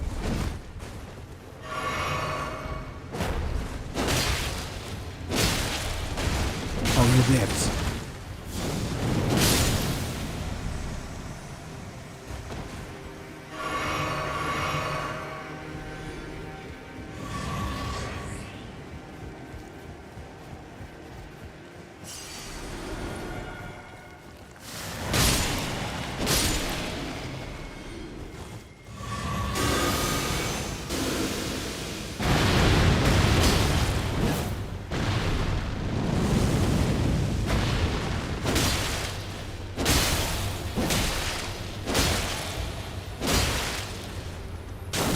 Oh!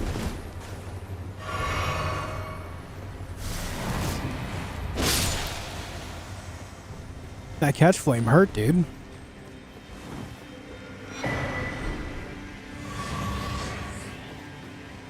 Favorite Souls game besides Elden Ring? Bloodborne. What's your favorite Souls game that is not from Soft? Lies of P. But I will say, my love for all of these games from Software are lesser than my love for Armored Core. My favorite singular From Software game is Armored Core 2: Another Age.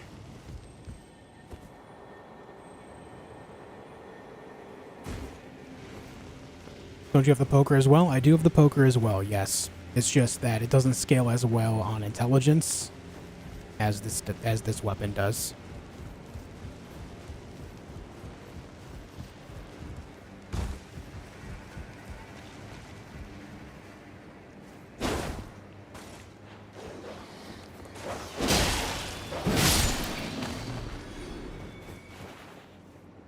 Oh, let's see. What bosses are left? We have Fire Giant. There's also the thing right there. I think those are the only two bosses left up here. Armored Core is that good? I have been an Armored Core enjoyer since PlayStation 1. I first played Armored Core on a demo disc. You guys remember those demo discs on PlayStation 1 that you would get out of, like, magazines and stuff? That's how I discovered Armored Core. And I have been a massive fan of it since. This might sound cringy to some of you, but I shed tears of happiness when they announced Armored Core 6. I was so incredibly happy by that.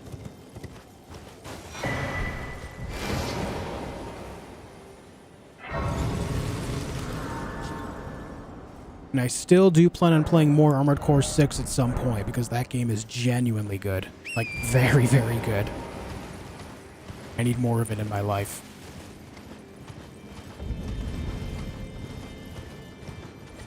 Oh yeah, Dark. I am a massive Armored Core fan.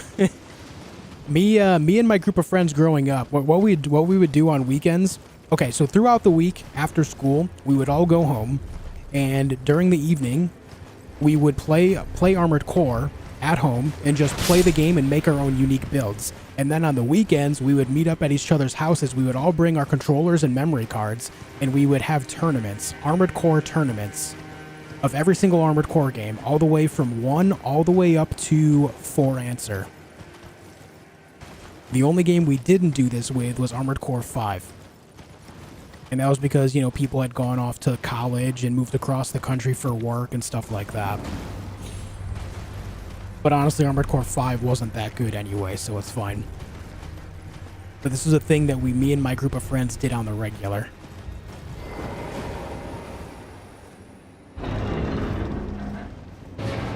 Let me tell you, those were some of the best video game experiences of my entire life. So goddamn good. So goddamn good, dude. What's up, Itachi? Welcome back. Hey, Ken, welcome back as well. Finally killed Fire Giant Maliketh. Nice, dude. Let's go, man. Ever tried Daemon Ex Machina? I've not, no. You know what I would like to see come back as well? Is, fucking Chrome Hounds. I would love to see Chrome Hounds come back too.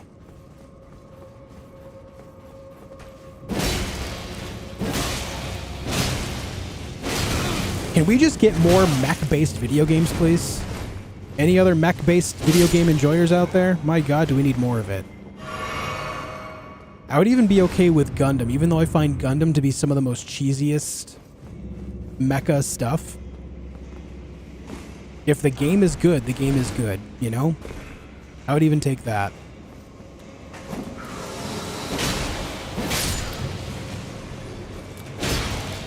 DLC Armored Core 6 when? No, I don't even want Armored Core 6 DLC. I want them to treat Armored Core 6 the same way that they have treated many of their other games.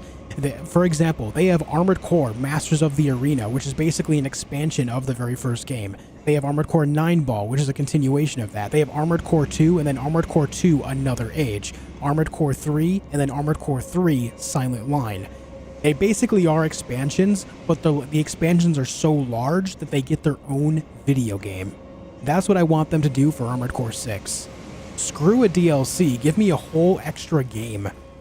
That's what I want. I want them to do the same thing that they've done for other Armored Core video games. Just like that.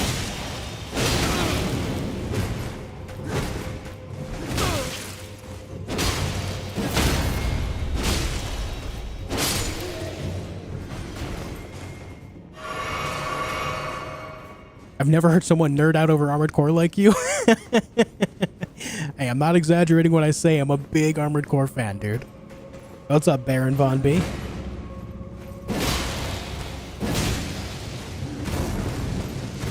Oh, the double cast. Okay, buddy.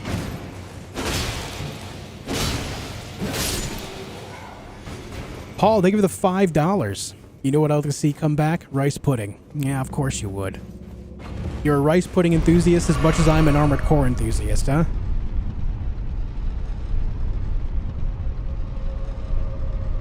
Yeah, Pack, you can use the shackles to deactivate those things. Yep. Bailey, thank you for the 5 bones. I've got a character at 150 for DLC. Game beaten including Melania. Do you think I'm better off starting a new character for the DLC? I will say that I think it's worth the experience of playing the DLC multiple times, just like the base game, but going in with different builds, and especially after you play the DLC for the first time, you may want to go back in and try a different build because there might be more items you want to pick up that will fit that build better. Not to mention all the new builds you'll likely be able to make out of the new stuff in the DLC. So I would say if you're looking for a reason to play the game again, go for it, dude.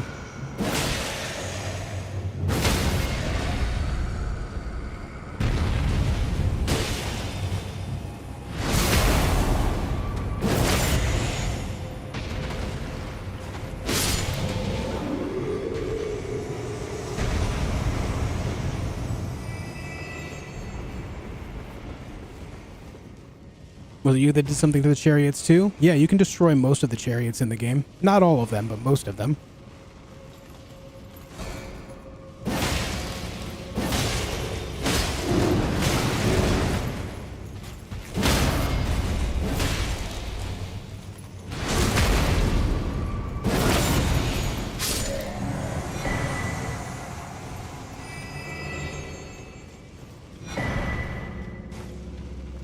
Specifically, you can destroy the first chariot in the game in Limgrave by dropping one of the magic pots on it. As long as it lands on or near it as it's going down the path, it'll blow it up, and then it'll give you an Erdtree great bow. And then the other instance that you can destroy them is the Hero's Grave in Lanedale. I think it's what's it called? Oh, I can't look at my map right now. There's no lever here for this? Lame. But the one, the Hero's Grave that has the Crucible Knight duo in it, you can actually change the position of one of the turrets, and the turrets, they actually hold the spawn point for the chariots. If you hit the right one, it'll make it so a chariot spawns in the path of 2 others, and they all crash and collide. And that will give you a few things, most notably being the Tree Sentinel armor set. Aritza Hero's Grave, that's the one, yeah. Looks like you play a strategy tactical game like XCOM.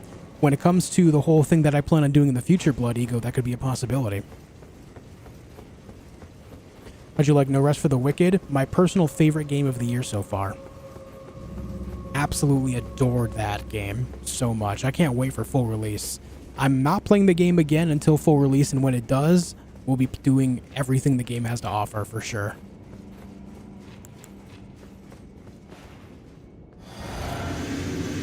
I did, Bailey. I responded to you, man. I would say that it's, like I said earlier, it's worth playing through the DLC multiple times, so therefore it'll be worth going through and playing with a different build as well. Because of all the stuff that the DLC is going to offer, it's going to be one of those things where you're going to have a lot of choices. So why not capitalize on that? These games are specifically designed to be played through multiple times. That's why they have, you know, New Game Plus and all the different items and stuff.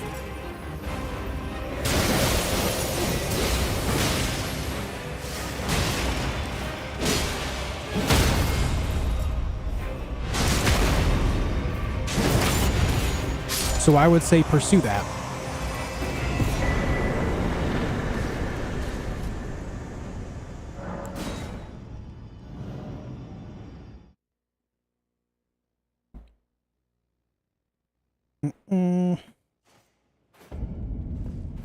That's done. All that's left up here is Fire Giants. No, you're good, Bailey. Yeah, No Rest for the Wicked was a very good time. Loved playing it.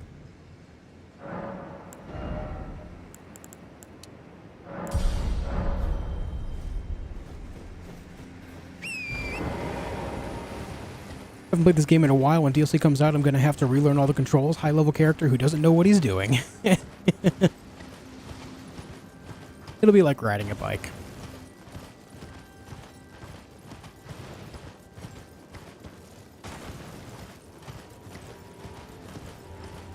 Not yet, Go Pack. I'm on my way there right now.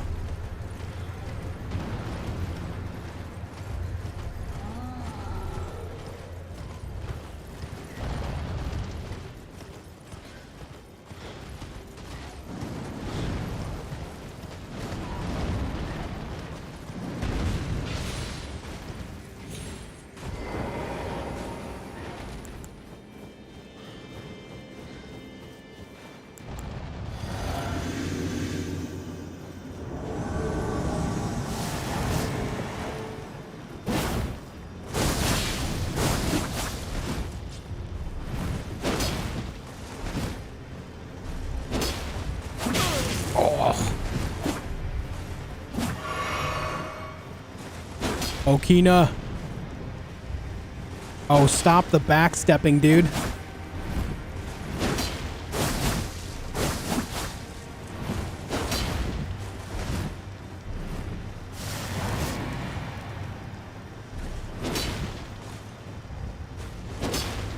What are you doing, man?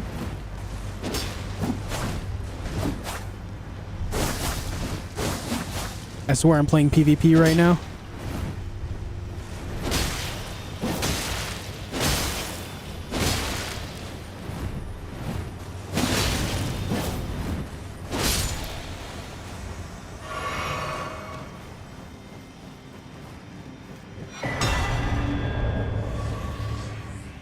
Man just kept backstepping over and over.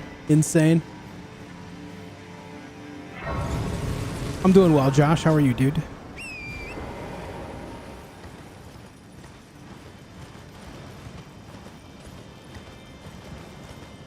Recently started another character with a strength build and Radon weapon and just find it hard to kill the fire giant like this. Any tips? I would say for the time being, if you are struggling, consider just having another strength weapon that can deal some status effects like bleed and frost. Just to help you out with some extra damage on the side.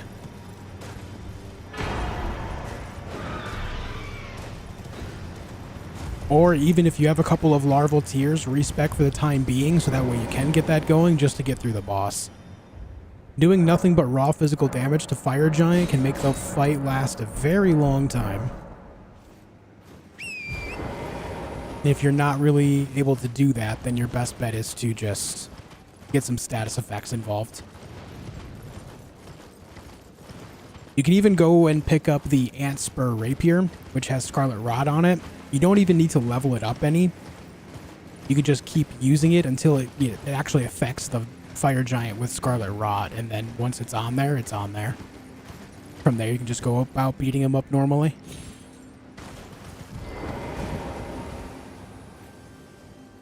But also, you can learn from my tactics that I'm about to use right now. I also have a complete video on my channel covering the exact strategy that I'm going to be doing right now.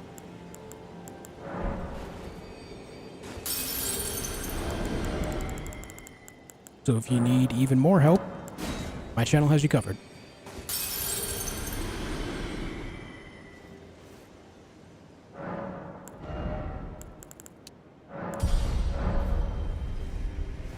Always been curious if stacking poison on Ant Spur and then throwing Frost Weapon in the other hand stacks status effects. Yeah.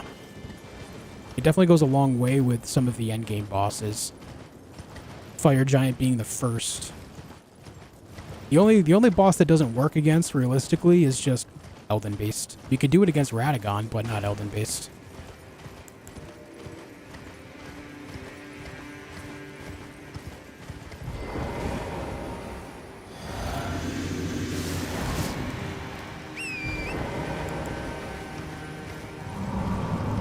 Alright, it's time to tickle some toes, baby. Let's go.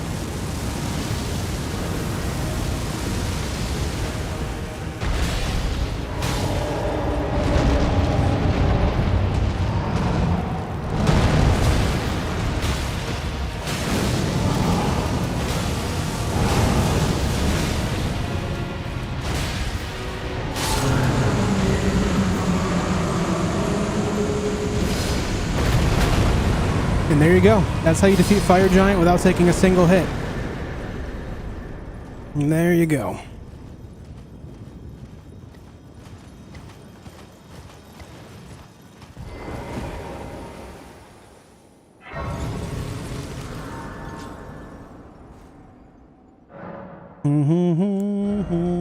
What's my wondrous physic? Intelligence knots and strength knots.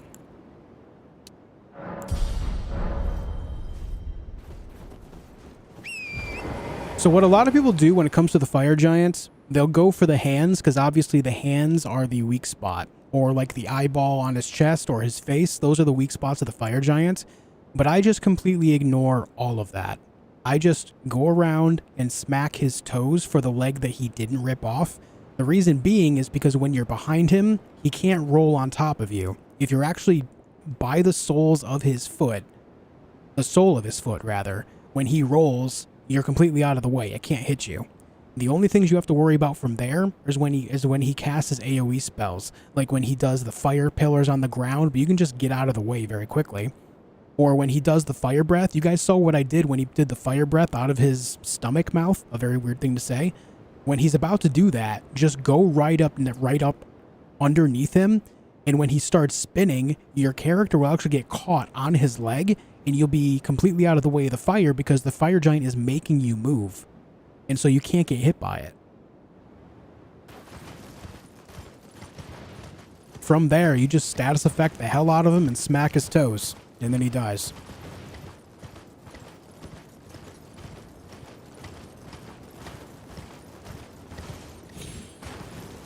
If you'd like to see more of that, there is a video on my channel where I discuss this entire tactic while fighting it again and doing it completely hitless. Yes, Dark Souls. Dark Souls.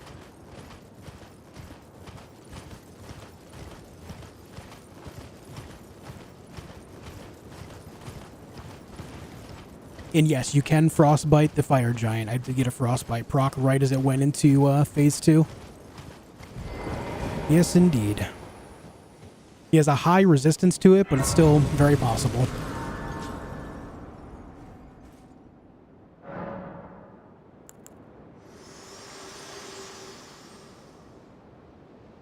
I have long observed the lands between.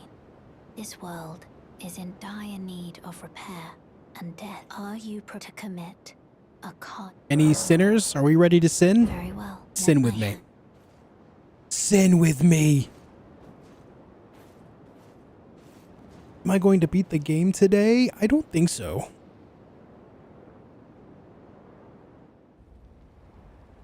I'm trying to kill all the bosses on this run, so I don't think so. Okay, Satan, calm down.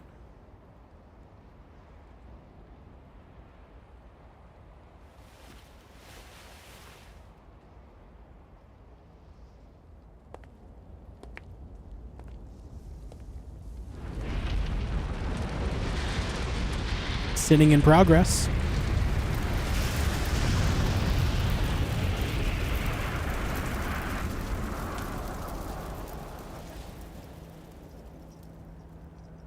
Fire giant immune to Saint Trina torch sleep effect? No, you can sleep him. I wouldn't say it's worth it, but you can. It's like the one status effect I wouldn't use against him. Oh, Erdtree, you shall burn.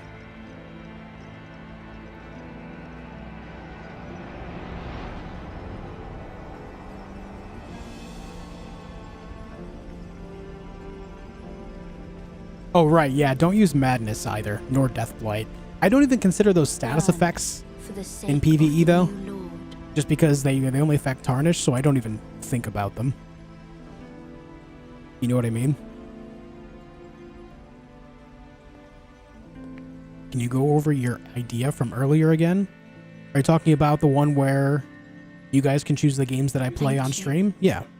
For guiding me here. So the idea is that once or so per month, we'll have something happen live on stream where someone will be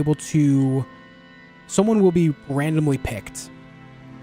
all of these events will be planned ahead of time, so that way people can schedule it in as part of their day. Shall one day meet the And then we'll have this thing. If you guys have ever heard of marbles, we're going to play marbles essentially. And all you'll have to do in chat is type !play when the time is right, and it'll give you a marble in the game. From there, the marbles will race on a track, and whoever's marble wins that race will therefore then choose a game for me to play live on stream. And then I'll play that game live on stream for at least one day. And if I like it, I'll continue to play it until I beat it. If I don't, then I'll just move on to something else.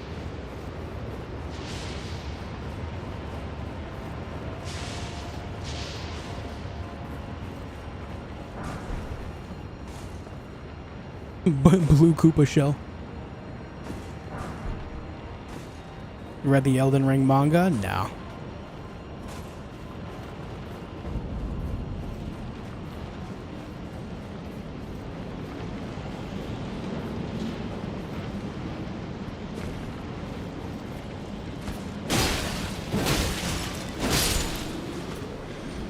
Picking Final Fantasy 16? No, there will be some games that I will write down that'll be just strictly not allowed. Final Fantasy 16 is absolutely one of them.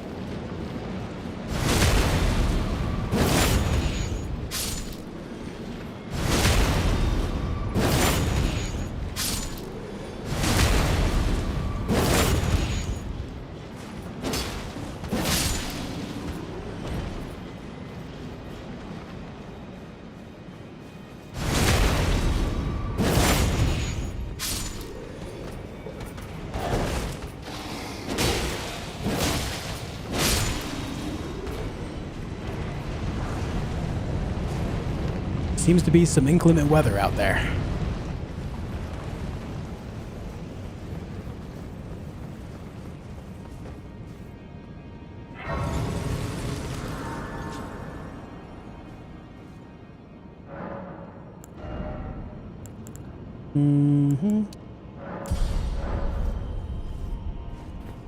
You played Limbo? I have. That's a very good game.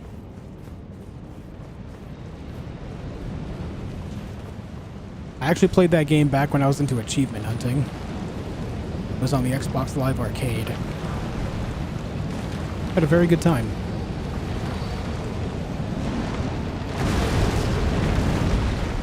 You refer to this place as Kansas? Rightfully so, to be honest.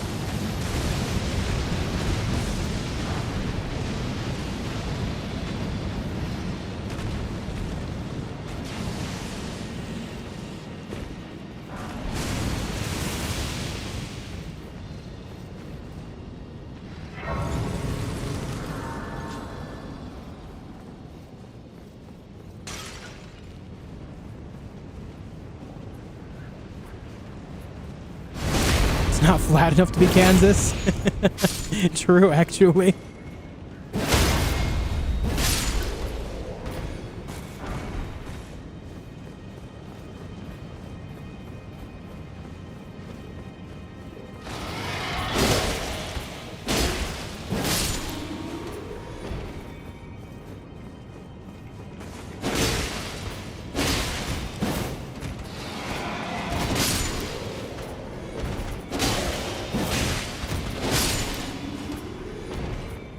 All these guys just have like no poise, so my attacks just interrupt them so freely.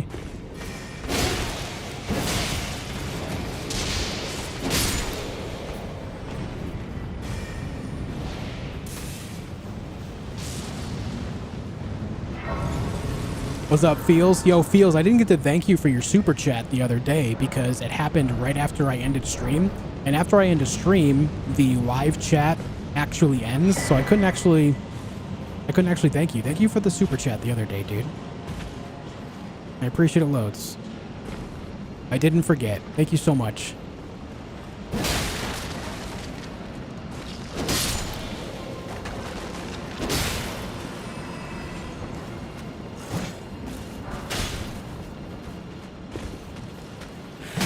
Ow.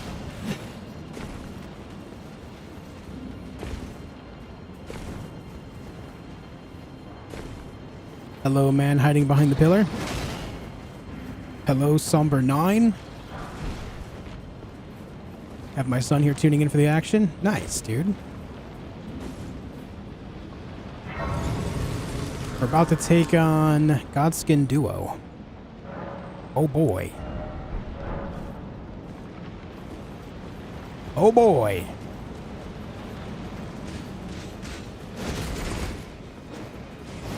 Pardon me, fellas. I'm on official Godskin Duo business.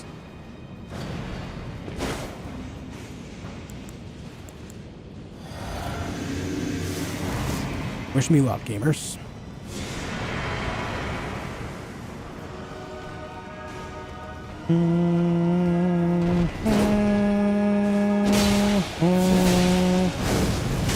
Ow.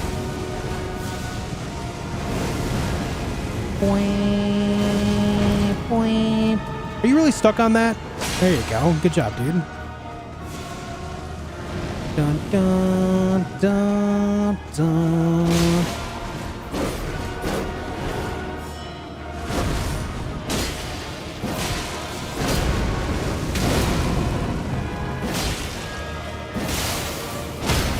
Why did that just happen? I'm going for it. I shouldn't have gone for it. Oh God! Things are not good. Saved.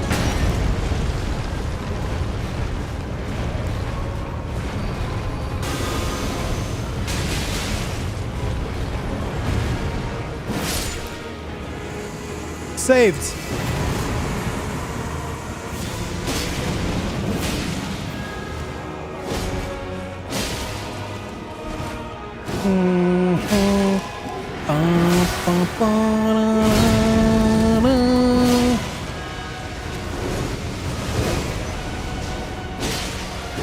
Da da da da da da da da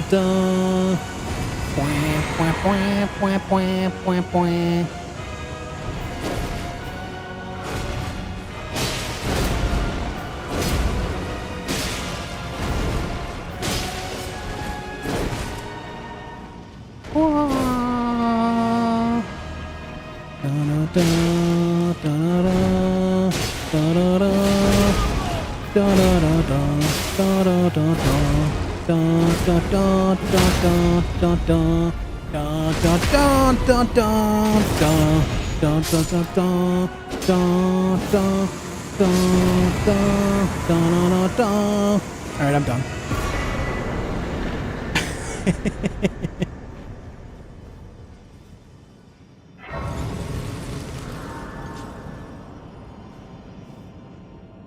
Will I beat the duo on the first attempt? Apparently yes. Apparently yes.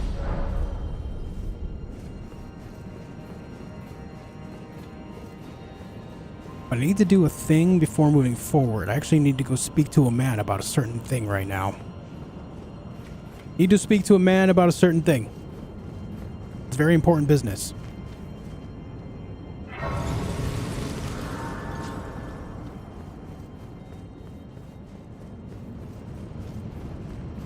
I just gotta remember how the hell I get there because it's been a while. What's up, Cyclone?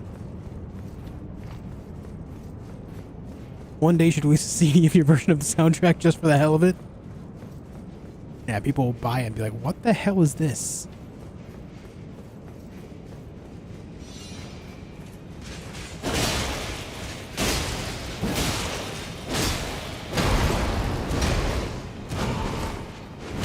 Oh, that reach.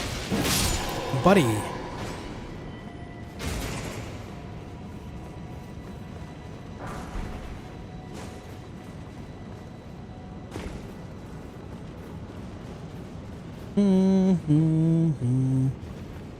Well, it's certainly not this way. I think it's before this room.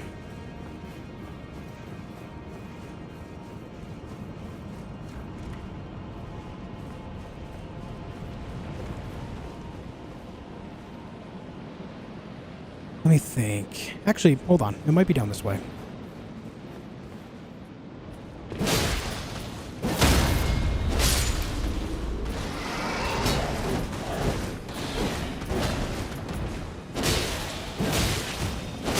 Dude's crazy and just went Beyblade mode.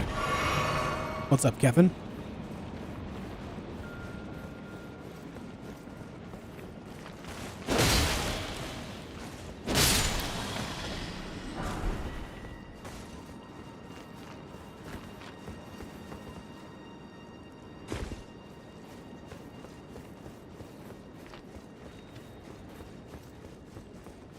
Hello, sir. Would you like some sword? It turns out yes. Yes, he would like some sword.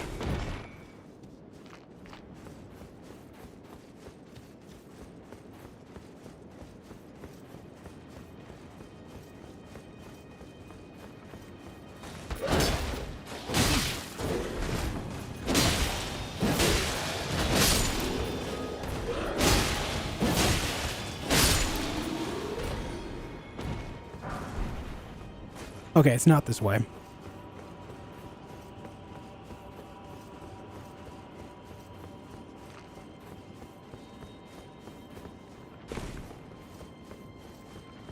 Alright, we'll just move forward, get the other site of grace, and then we'll jump back to where I think it is. Actually, wait a minute. There it is. I found it. This is what I want. Not enough stone sword. I need 2 more. Where can I get 2 stone sword keys right now? I've already taken them out of the round table hold. I already bought them from Patches. I bought them from several merchants.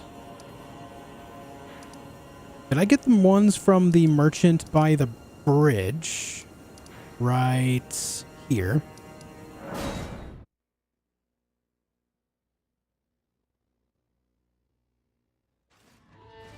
Did I buy the keys from you, buddy? Oh, Gelmir, are you here as a customer? Oh, Papa bless, I didn't. Nice, dude. Nice.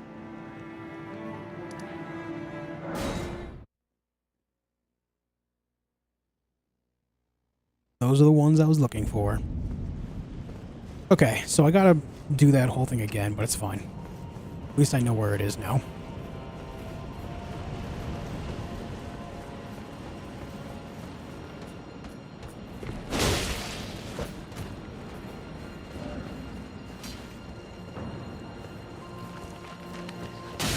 Oh! Okay, if that chakram hit me like 1 second later, I was so dead. I got lucky.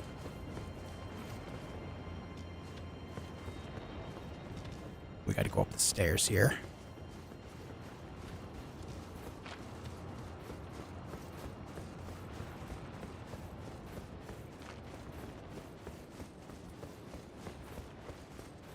Oh, did you forget to speak to Alexander before hitting him? Because if you do that, it'll actually kill him.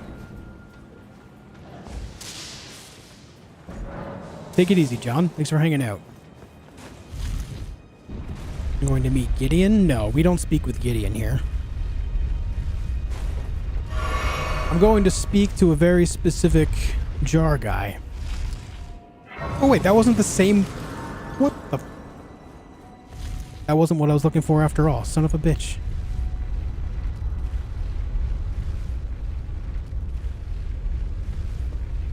I forgot about this alternate path, though. That's hilarious. But okay, I need to go... here, maybe?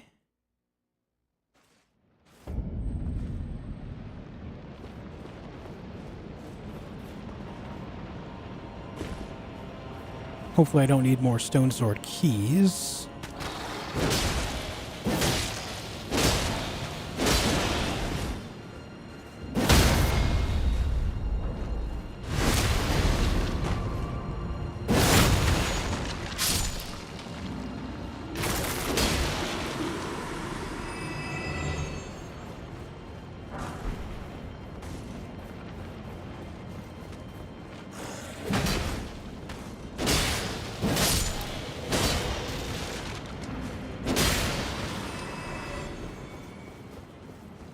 So dark in here.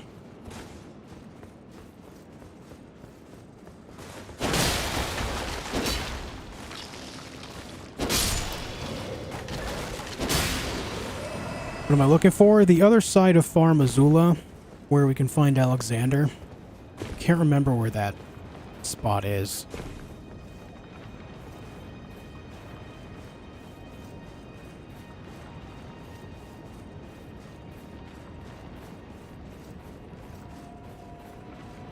I don't think this is it at all.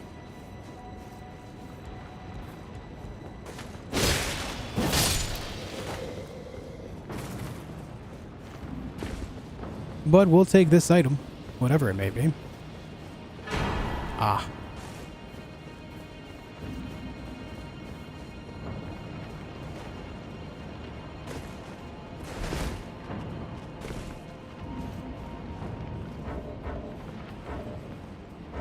Who's targeting me?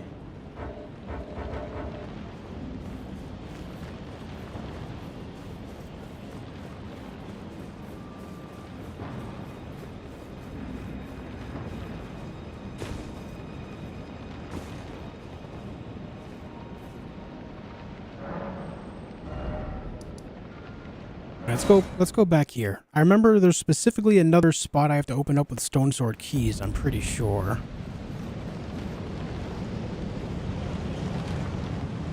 But where was it? Right before or after the lift behind the stone sword gate? Am I? It's after...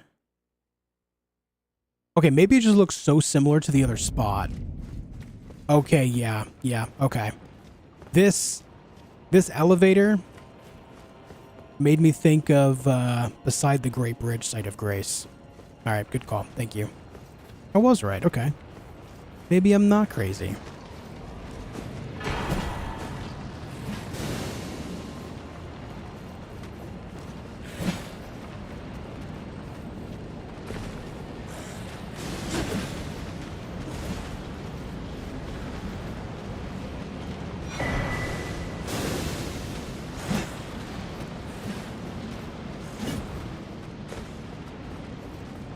There he is. There's Alexander. Oh boy.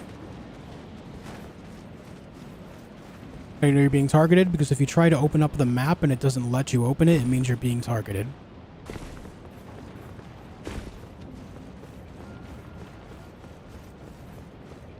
Yeah, this is a somber weapon, Peter. The city hanging in the... That aside, I doubt there's... Of course. Which means, would you kindly undertake my order? Come and tell me when you're ready. I've been longing to fight a warrior as accomplished as you. You are ready then? Then let us begin. I am the great Jar warrior.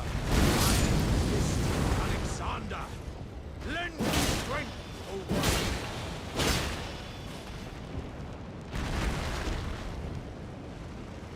Sad incoming, but also destiny. True. Erdtree, my thanks. I knew you were the stuff of champions. It was a marvelous battle. No, Peter. I implore you, take what I bequeath from inside me. All vessels are destined to one day break. But the great Alexander lived as a warrior to his last.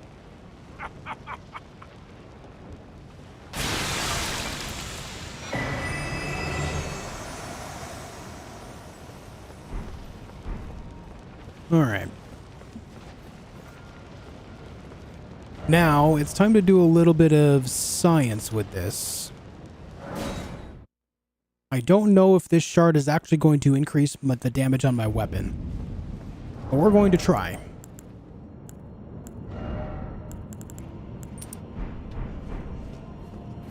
Now. Hold on. Actually, before I do anything, let me just leave this spot blank. Let's see how much damage I do with this. Or without the talisman on. Where's an enemy?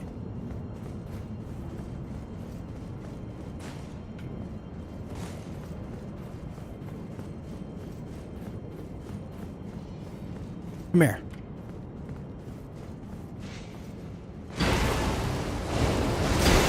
Alright, I do. 480.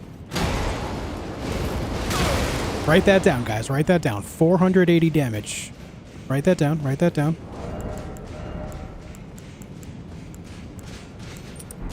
Ow.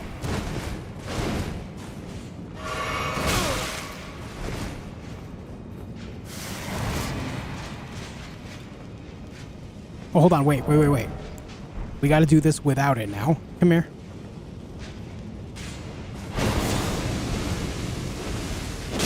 Okay, 569 with it buffed. Write that down. 569. Nice. And now with the Shard of Alexander.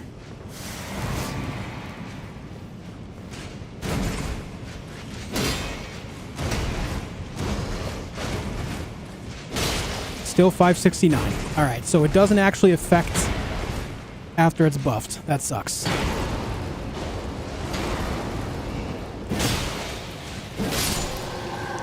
That sucks. Alright, so Shard of Alexander is completely useless for this build. It's 569 while buffed, with Shard of Alexander and without. Quite unfortunate, but also makes sense. I wasn't quite sure if it was something that only affected, like, the specific attack when I imbue it like that, or if it continues to affect it after it's actually lit, but it looks like it does not. And so, we learned.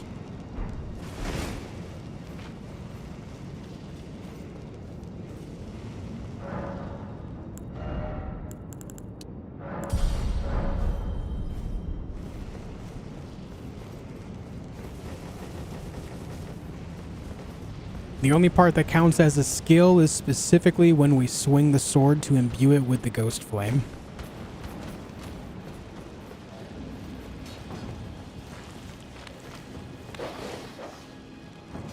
Oh, barely made that one.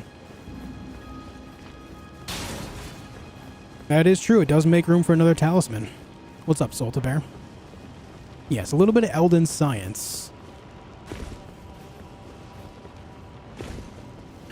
What about Flame Talisman? This being Ruinous Ghost Flame, it's actually magic, so fire does not affect it. If I were to go get the magic Scorpion Charm, it probably would.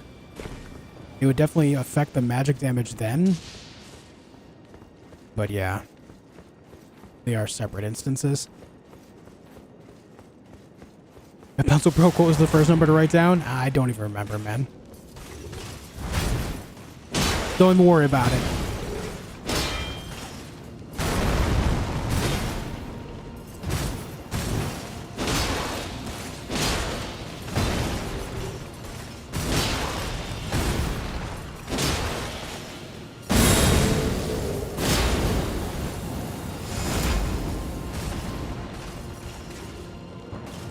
Magic Scorpion is 12% damage.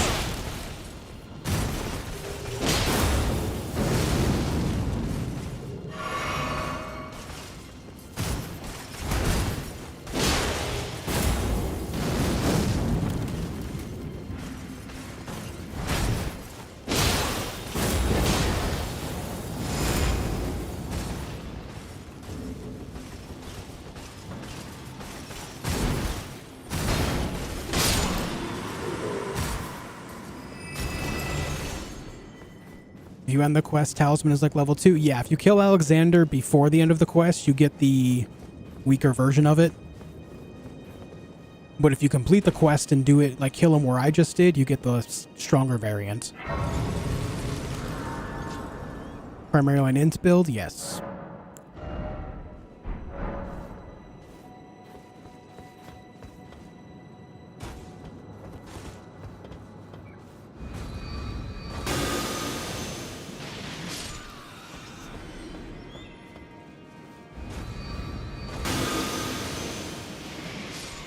I cast death unto ye, stupid bird.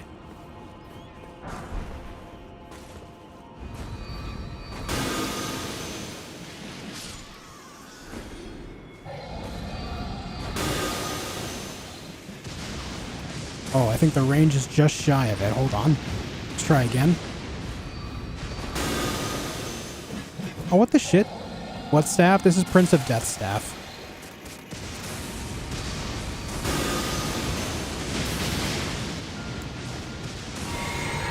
Oh, you lived, huh?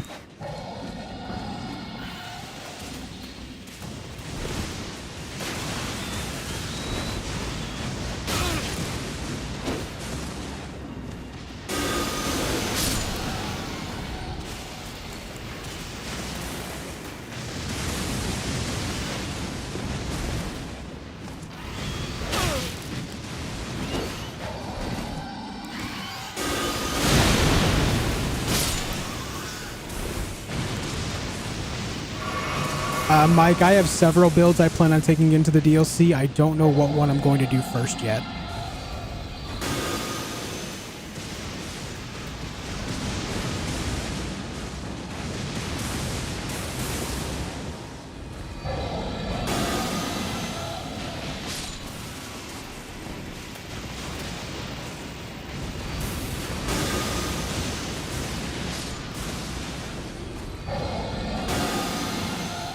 Too far away.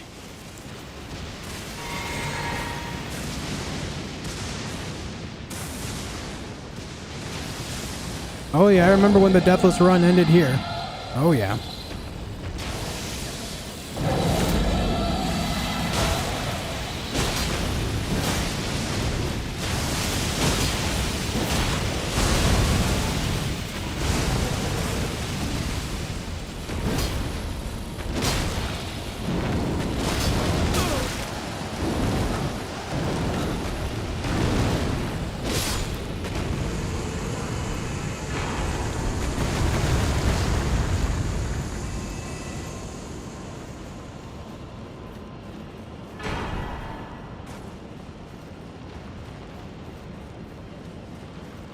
Well, let me actually go up this way. A lot of people don't realize of the stuff that's actually in this part of the map because they rush through because of the dragon.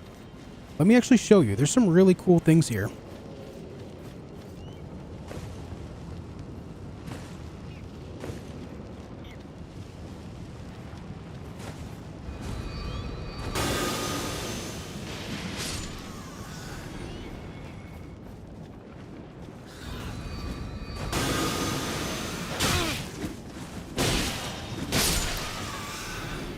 The other bird die? No.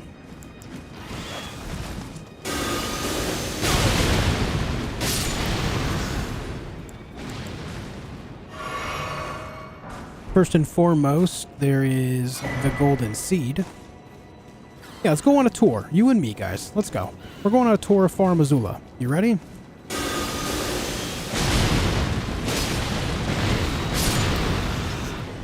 The skulls staggering them from Ancient Death Rancor is nice. I like that a lot. But I am out of mana now, so...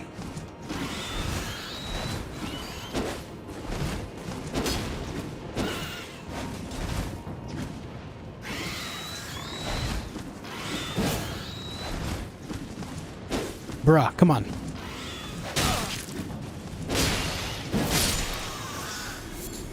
There you go. You kill Moog or leave them till DLC to see if there's any changes in the fight. You know, that's actually a good thought. Maybe I'll actually leave him on this playthrough so that way I can see if there's any changes in the fight. I doubt there will be. I don't see why they would, but not a bad thought, to be honest.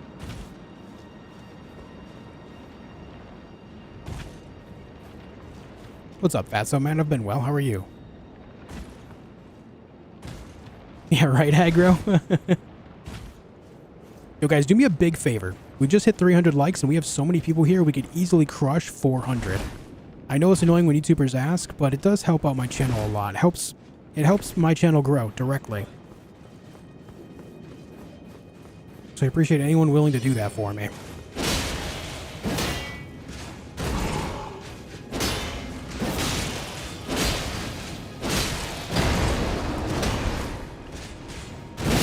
I should not have jumped attack there.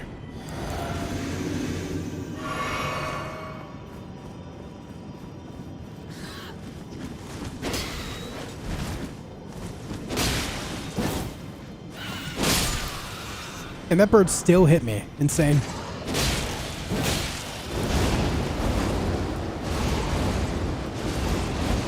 He do be spinning.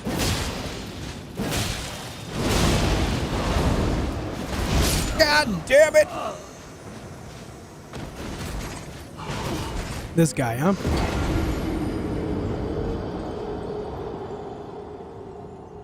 This guy, huh?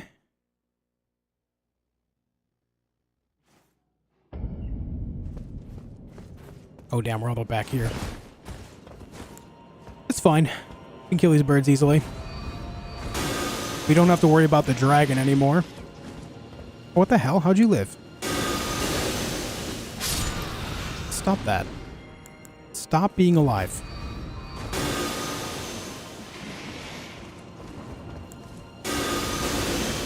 But you know what? I actually know why.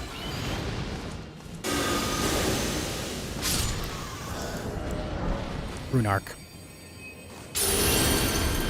Right around 1700 or so, Fatso Man.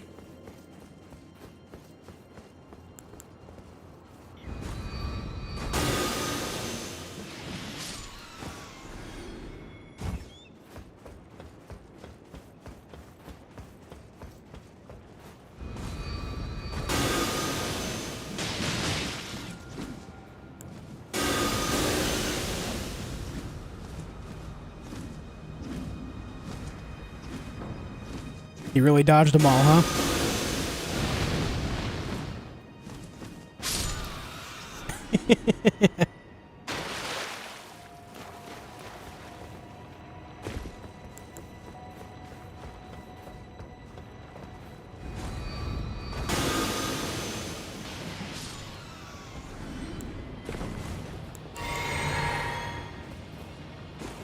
Ah, shit.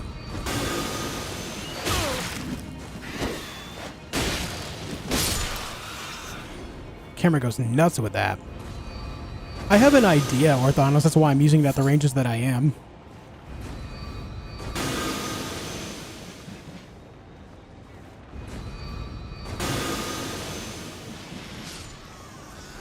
As you can see, that's just about the range right there.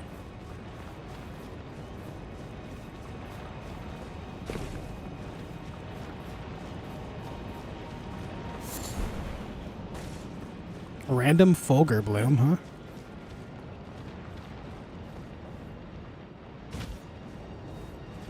Lords of the Fallen harder than Elden Ring? I wouldn't say so, no.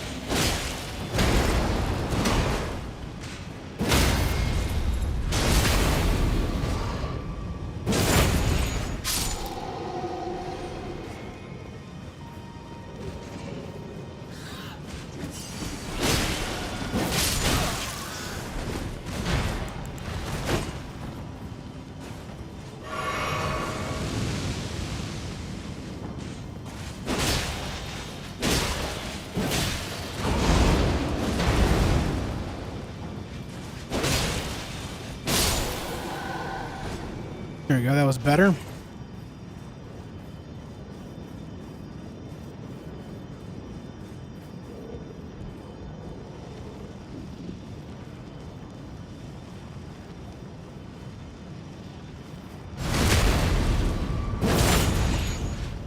Oh.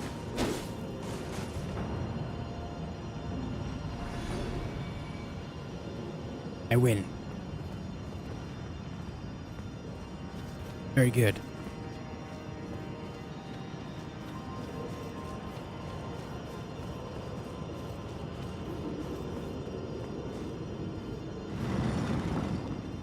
What's in the box? All right, and then up here is another Crucible Knight. But we get to watch this Crucible Knight kick a bunch of ass. It's all right, Lucky. It's definitely viable.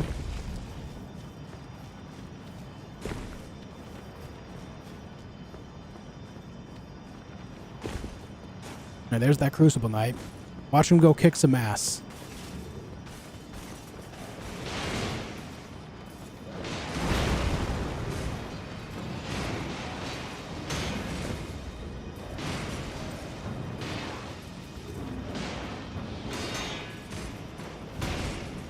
God damn. Always doing the AoE shit, man. He's OP.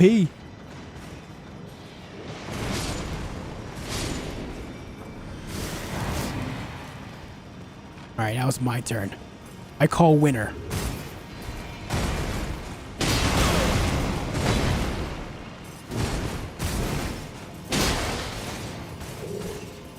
Ah!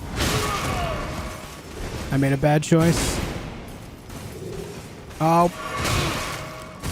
Bro won't let me heal. He's a knower.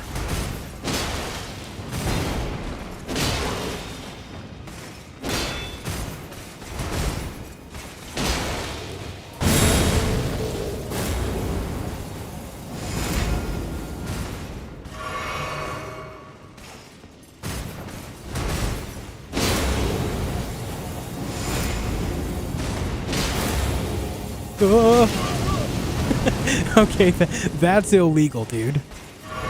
That's illegal. Oh! Okay.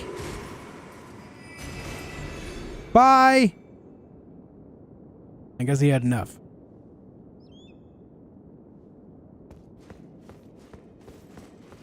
I guess he had enough.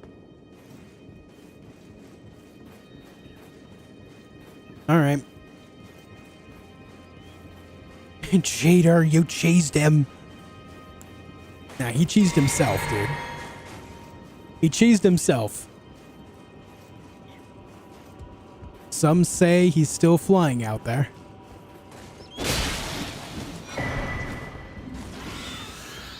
Anyway, there's the Bolt Drake +2.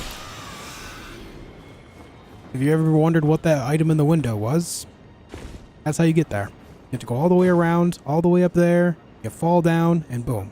There it is.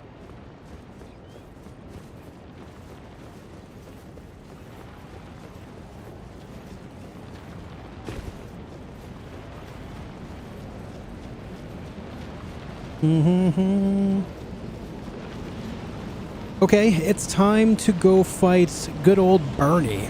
You guys ready to fight Bernie?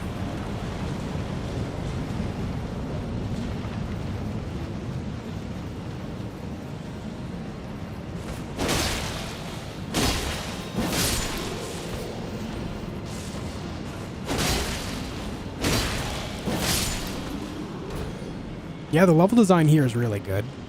Farum Azula is excellent. I love it here.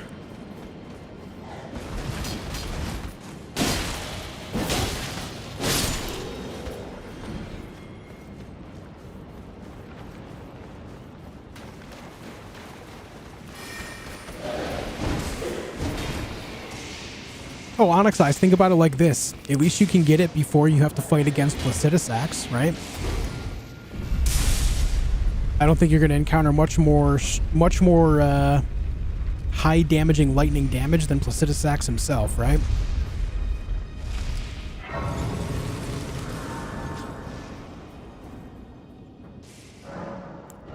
Farum Azula gave you a fear of heights? Oh, goddamn.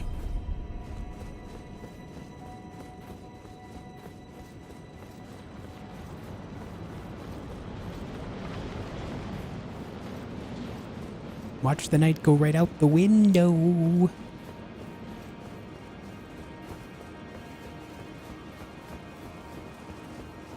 Alright, it's time to say hello to Bernie. Because Bernie's going to give us a very crucial tool that will make taking out Maliketh much simpler.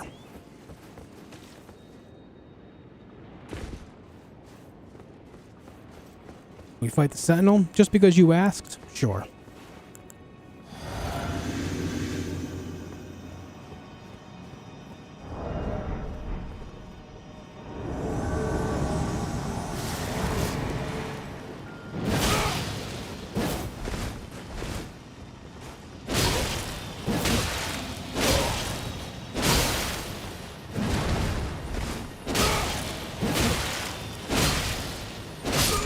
You gotta get good, Bernie.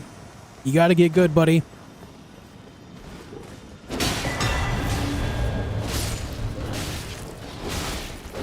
Oh god, I'm gonna die. I can't see half my screen.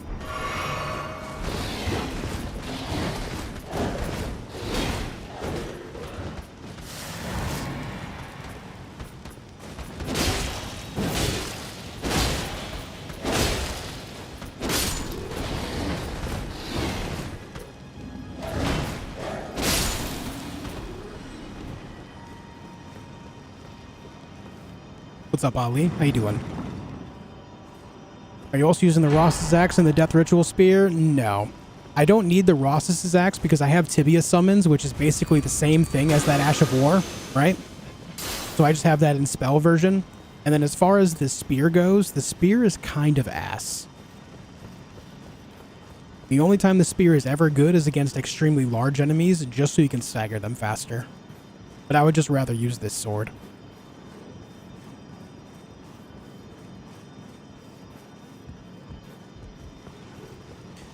But anyway, you guys remember that cool dragon armor?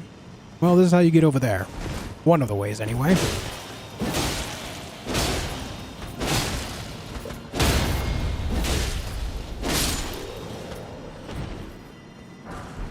Just come right on up here.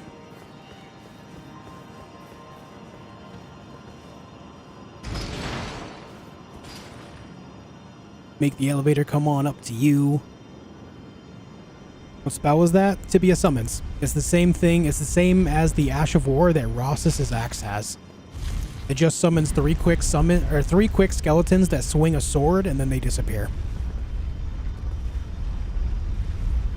You could take this elevator all the way down here, and then right around here in this corner is the Drake Knight armor.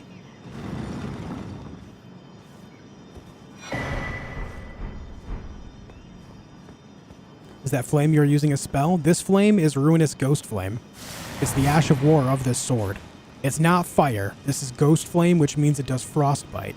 It's magic damage that inflicts Frostbite. Hey, Rayhan?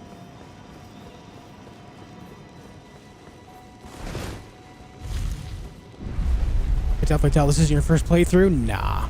This is like my 50th or something. Yeah, that's how you get down there, but there's also a midway point on this elevator. A couple of them, in fact. One of them is right here, where that bird is. Oh no, it's just one. It's just one, where that bird is. And that bird will take you back to where all the other birds are before the dragon that's casting all the lightning spells everywhere. That's where that goes.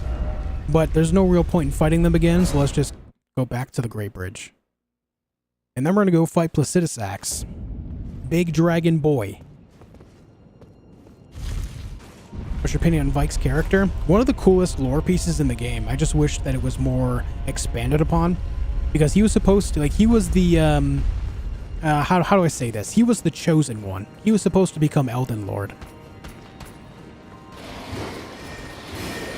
But then something happened to where he ended up, you know, speaking with Shabriri, taking on the Frenzied Flame. And I don't know who put him in the Everjail to stop him from doing all this, but maybe he did it to himself. I can't remember if that was actually explained anywhere. You were the chosen one!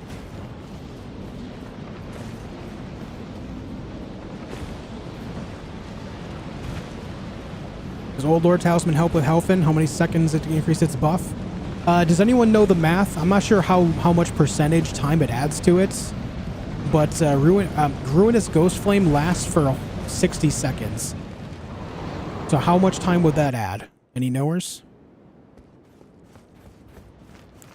Vike was supposed to be Elden Lord? Yes.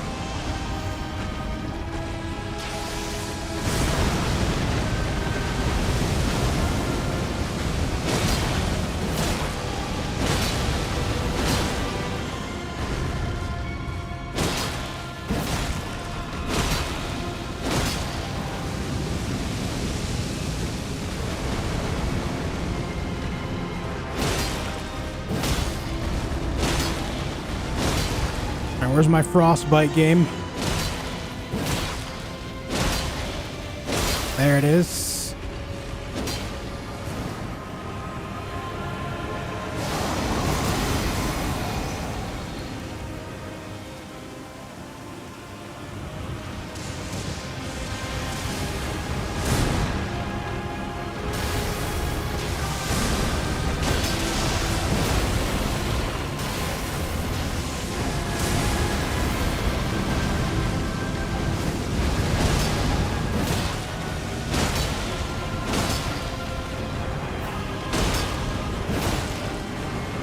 Get your ass back here.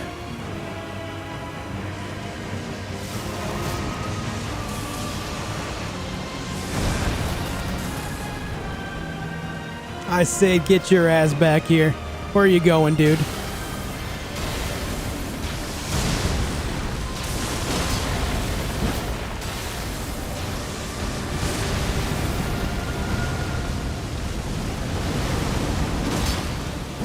What's up, Calrid? What's up, Walkie?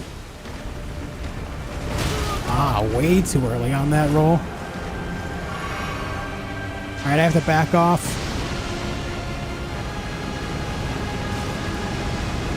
I've said this before, but I love how much more liquid Placidusax's fire seems to be compared to all the other dragons in the game.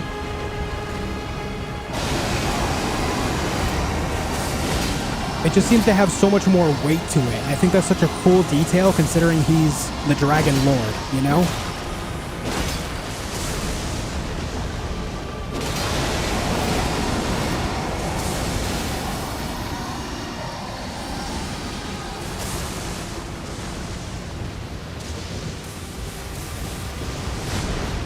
Here comes the laser beam! Best way to counteract the laser beam is to just run away, dude. Get the hell out of the way. And just watch the glory of that attack. It's so sick.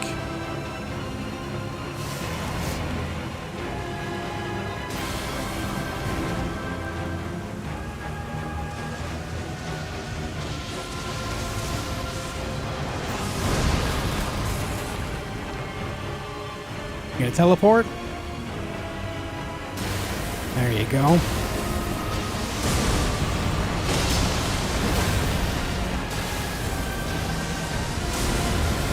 After the second swing is when we run to avoid the fire. We smack the tail a few times.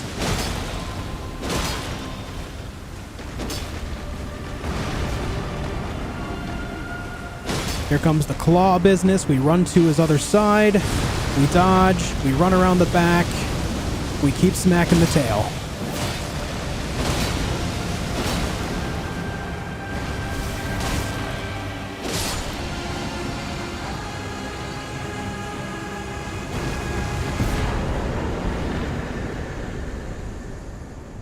Very cool.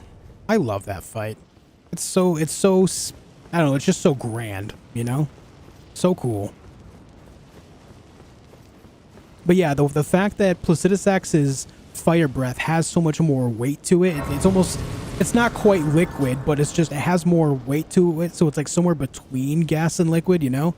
I guess plasma is a good way to put it. It's just heavy compared to regular fire. I think that's a very cool detail.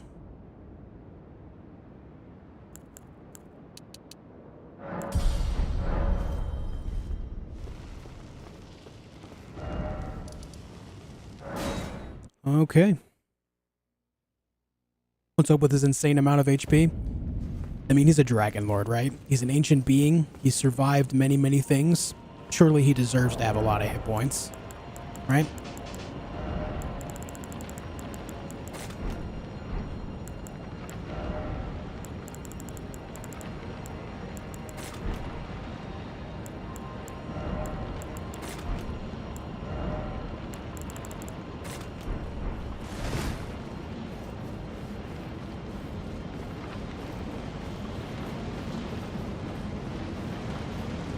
Alright, we gotta kill this guy.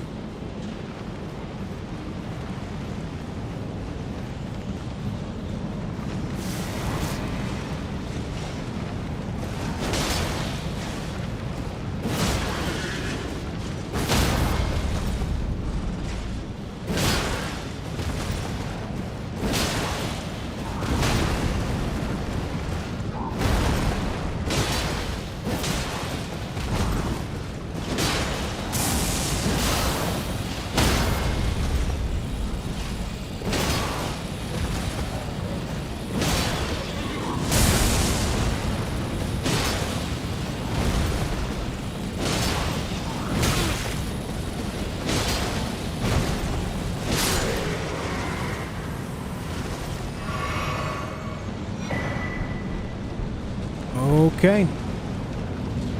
Oh, you know what? I forgot that we can upgrade our weapons. Let's do that. I forgot.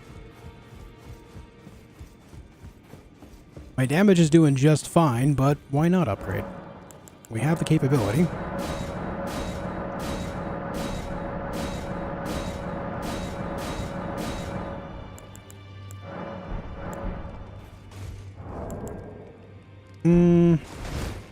Plus 19 on the staff, right?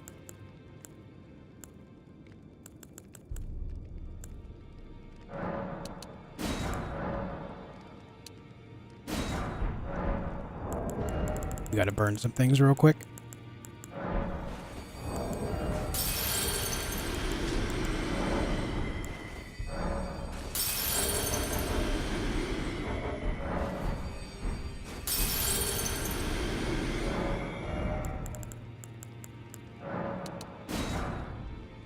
Okay.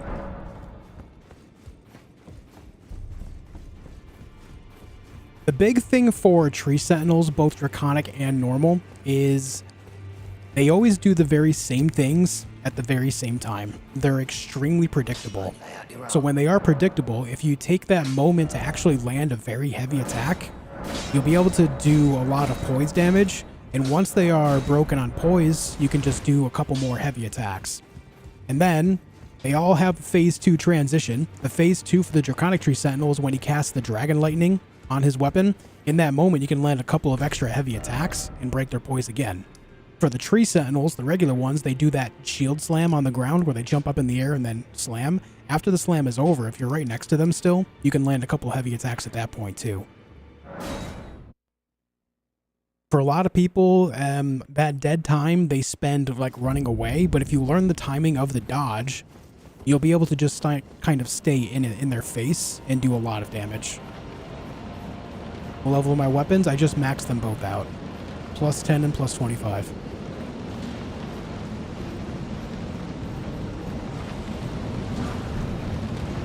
Which boss is the hardest to kill, no damage, as in taking no hits? For me, it's Moog. Just because the nature of Moog, being who he is. Throwing a fire everywhere, you know? Kind of hard to not step in it. Thou who approachest destined death, must be stolen from me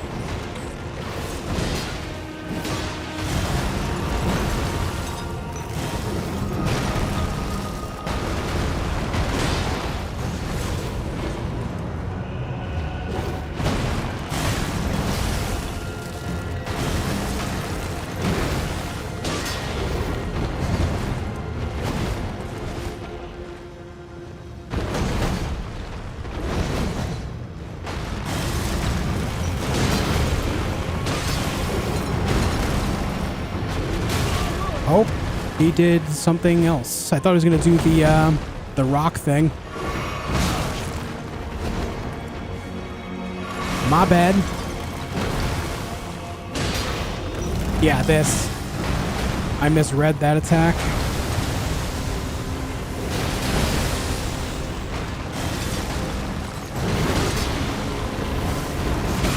Oof.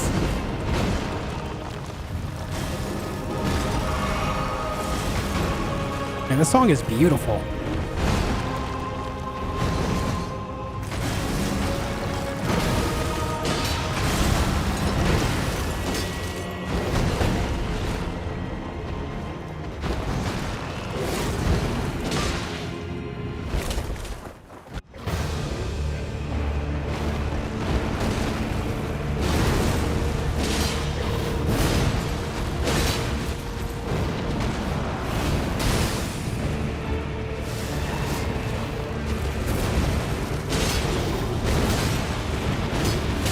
Shit.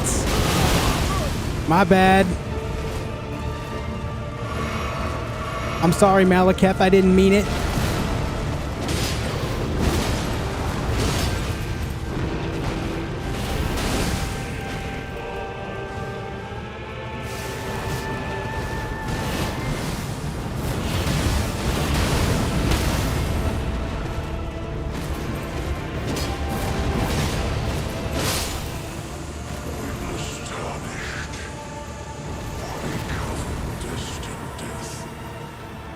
Okay. Kill what? And then the Rune of Death is therefore unbound. Very nice. You think DS2 is more fun than Demon Souls? No.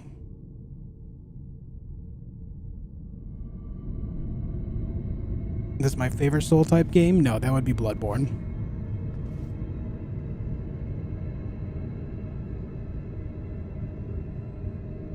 Love your boss guide videos. Been watching the past 3 weeks now. Right on, Russell. That's great, dude. Thank you.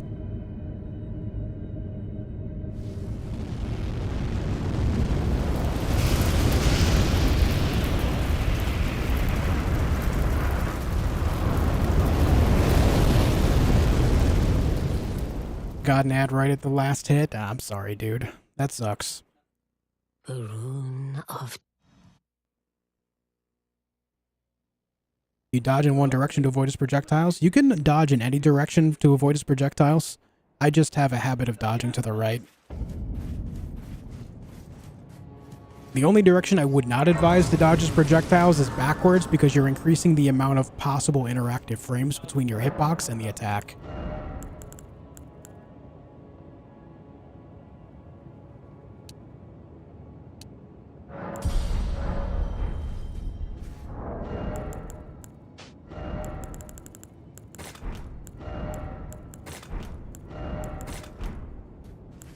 Where are my kukris? There they are. Just kind of resetting everything here. Where's my night lights? This. Where's me shackles? Right there. Alright, I'm going to kill Sir Gideon Ofnir just because I hate that guy. Yo, Josh, thank you for 23 months. Try finger, butthole. Had to do it. In other news, I just finished Baldur's Gate 3 Act 1. Glad to see you on here, Josh. Keep up the great work. Yo, that's awesome, man. Hope you're enjoying the game. Very cool, dude. Thank you for the continued membership. The thing that you had, the blade in your inventory, you had it for the fight. Well, what does it do? It's the Blasphemous Claw. The Blasphemous Claw is what allows you to parry Maliketh. The item effect, as you can read right in the middle of the screen, says deflects the power of the Black Blade. Maliketh has 2 attacks where his blade will glow yellow. During those moments, you can parry him. One is where he jumps from the pillar and slams the sword on the ground. If you parry at the right moment, it'll make it so you just deflect him and then you can just counterattack him a bunch. And the other one is after he sends out those death things. Like he'll shoot 2 or 3 projectiles at you, and then he'll land on the ground and do a twirl attack. His blade is also glowing yellow during that moment. If you parry in that moment, like you saw me do, it'll deflect it.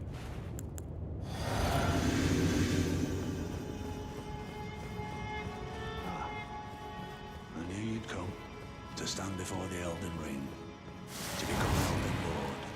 What a sad state of affairs. Avenge your spirit, but alas, none shall take the throne. Here's our help for us. Continue to struggle. Unto eternity.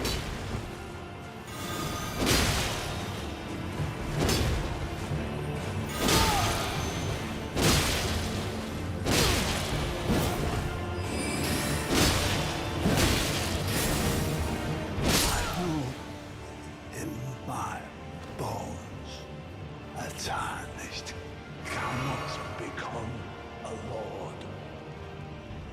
Not even you. Shut up, Gideon. You're supposed to be dead. Why are you yapping? Kill a god.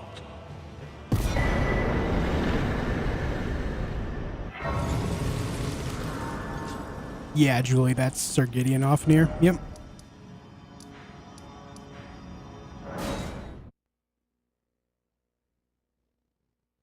Oh, Laura, the thing is like, if you let him live, like if you happen to do something where it fails and he lives after the first attempt, that fight can be an absolute nightmare. It's either one of the easiest fights in the game or one of the hardest. There's really not a whole lot of in between. That fight can be absolutely maddening.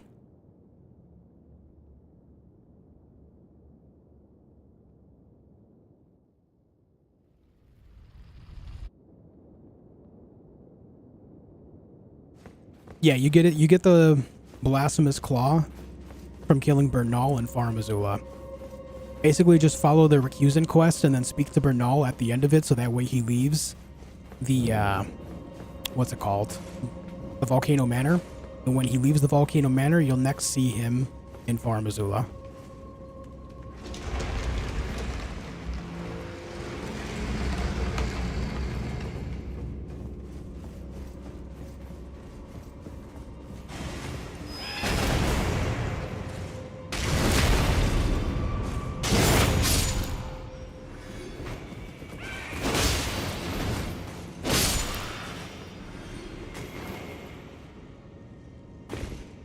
Oh my god, he's cheating. He's floating.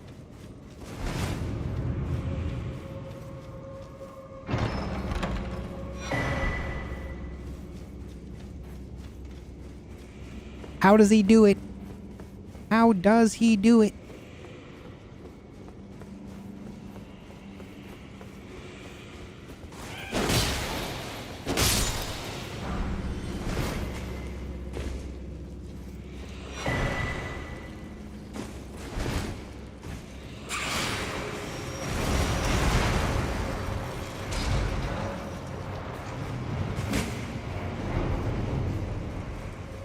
Around 1700, Carl.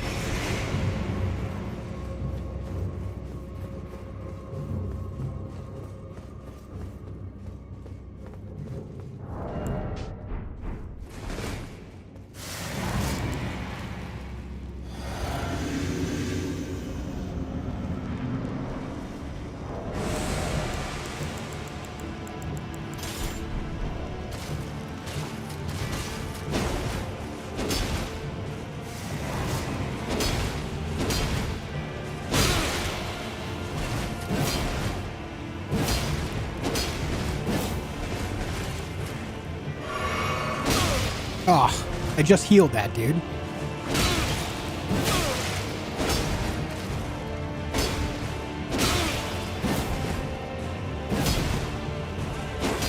What the?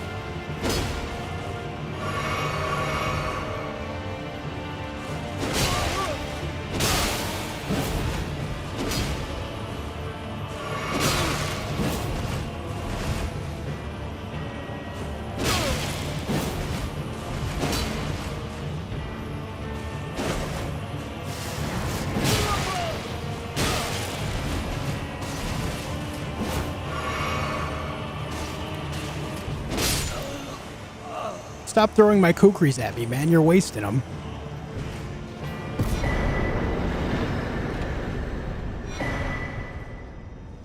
Can you shoot the Destined Death projectile from Maliketh's blade, or do you need the spell? That is specifically from the spell.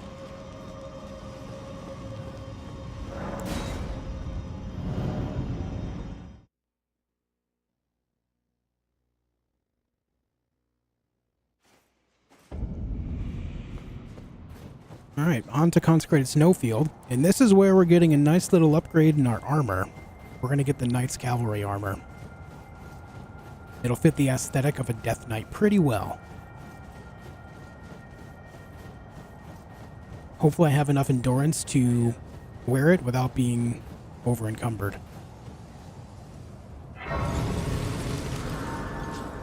Hey, Aquatic, how you doing? You got the blade? In the future, a little bit of advice. Try, after you get Maliketh's remembrance, go duplicate it so you can get both things.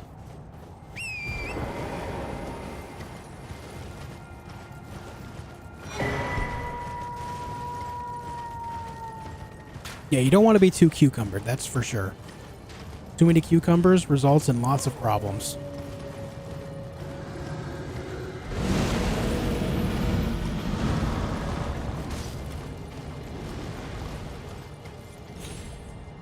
You need the arsenal jar. I mean, I have now 18 endurance, plus 5 from my rune arc, and plus 5 from my... Well, no, I don't have the... I do have the sword seal on, so I guess plus 5 from that as well. So I have 28 effective endurance right now. I don't want to rely on either things there, so I might have to make some changes. But if I have to respec a little bit, I'm fine with that.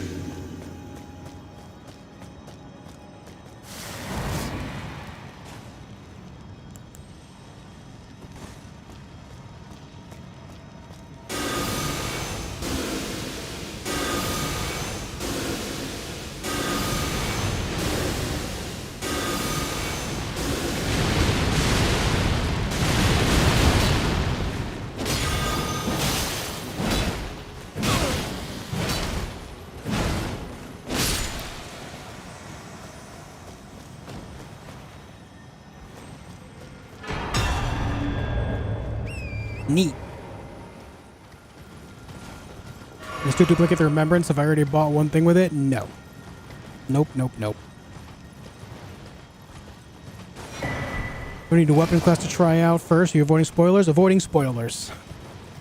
I have no idea what's coming in the DLC, and I want to keep it that way. So that way everything that happens is just completely new, you know?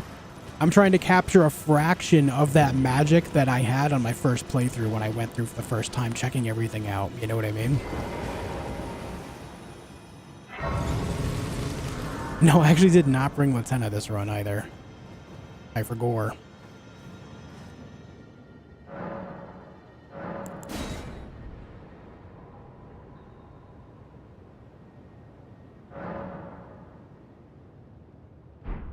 All right. Hey guys, do me a big favor if you haven't already. Leave a like on the video. Got so many people here. You can easily crush the like button right now. I know it's annoying when YouTubers ask, but it does help the channel grow. If you're enjoying your time here, then why not help, you know? Would mean a lot. What's this sword? Helfin's Steeple.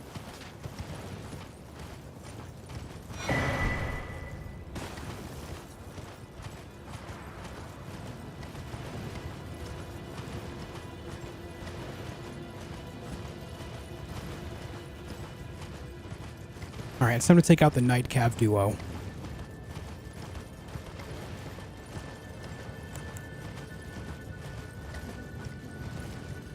It's Steven's helmet. I'm using Steven's helmet as a sword.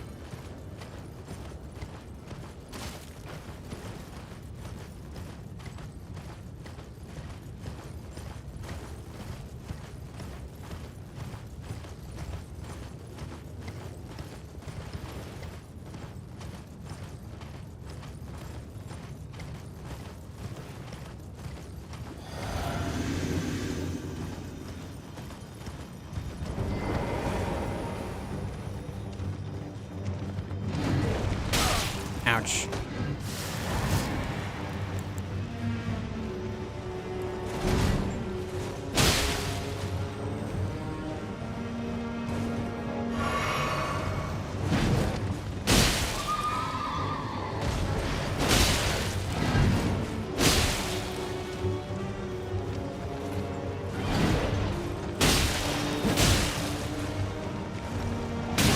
Oh, stupid.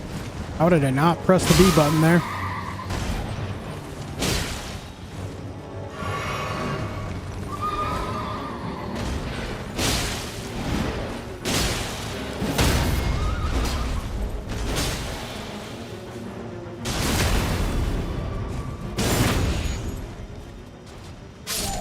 Oh. You know, I totally understand you had to stand up to die. I get it, dude. I get it.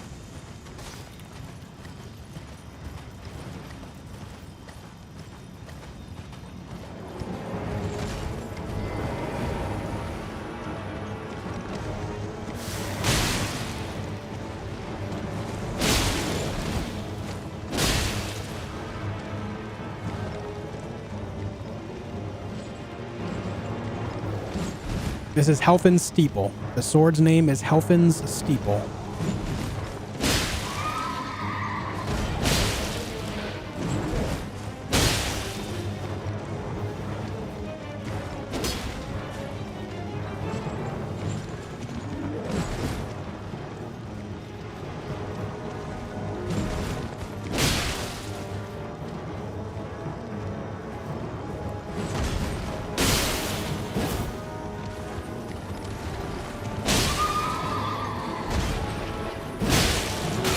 Ouch. Kill him in the dick.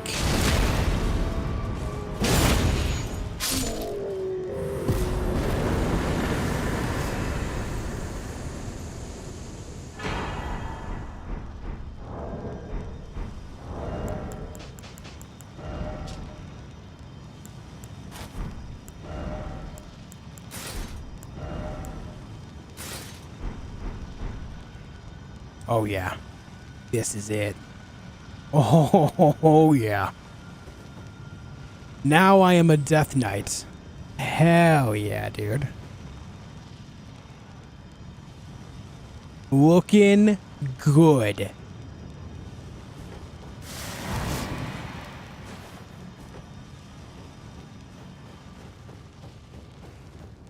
What does the helmet look like? The helmet looks like this.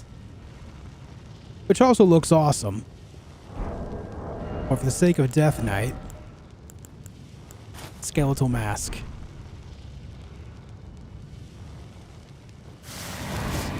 Elden drip. Alright, good stuff.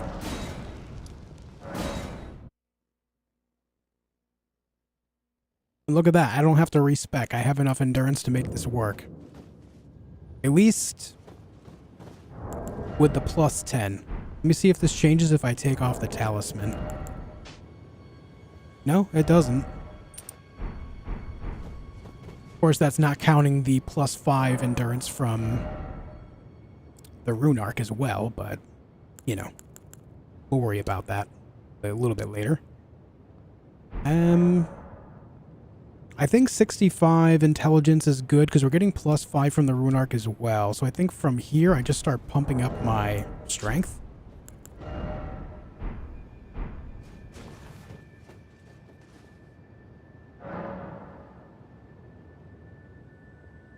No, Travis, I've never seen that. What's his name? His name is just Death Knight. Nothing special, just Death Knight.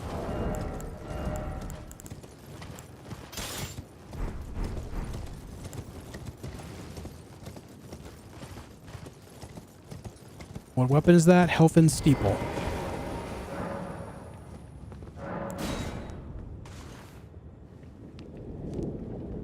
Helfen's Steeple. Can one of the mods type out Helfen's Steeple in chat? It's not helping people. Helfen's Steeple. Right there on screen.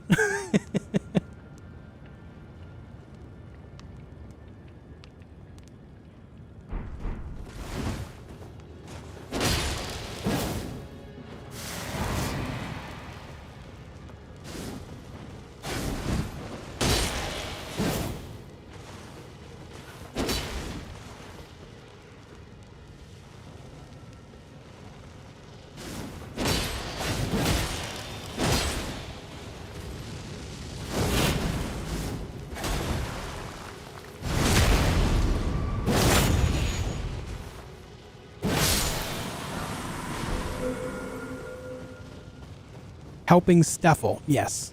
Yes, exactly. You on your way to Melania?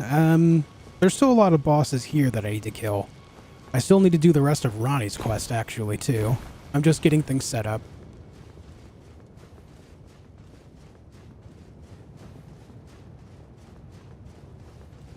Helping people, yeah. This sword is called Helping People.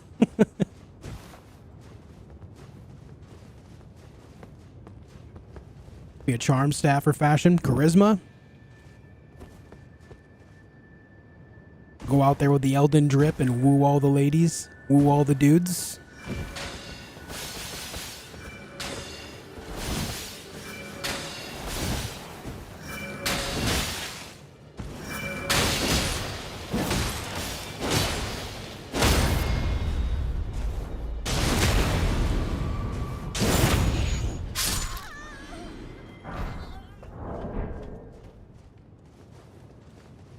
Can you get that enemy's armor set anywhere? No, only from the duo here in Consecrated Snowfield.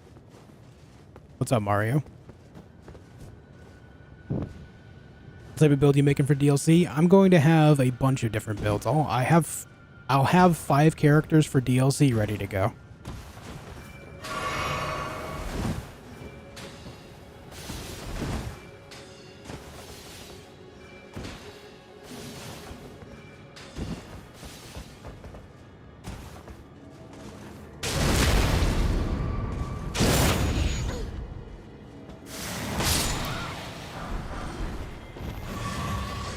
What level are they? Ranging from, I want to say 77 to 150.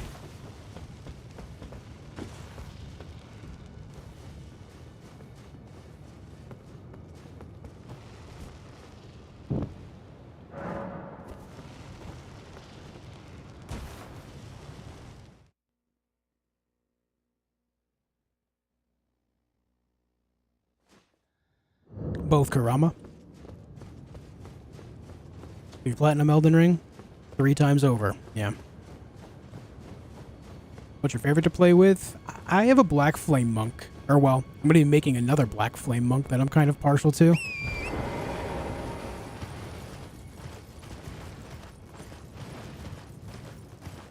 There's a boss up here we can take out. Let's go do that.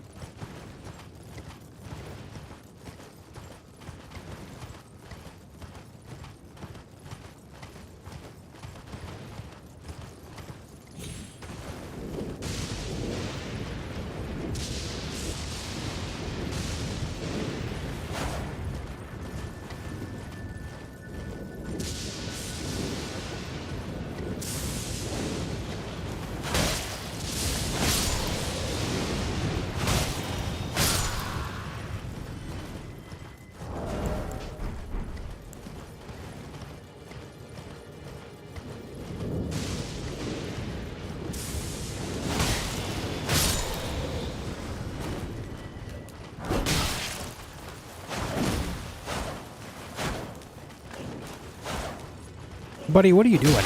You're crazy. He's crazy.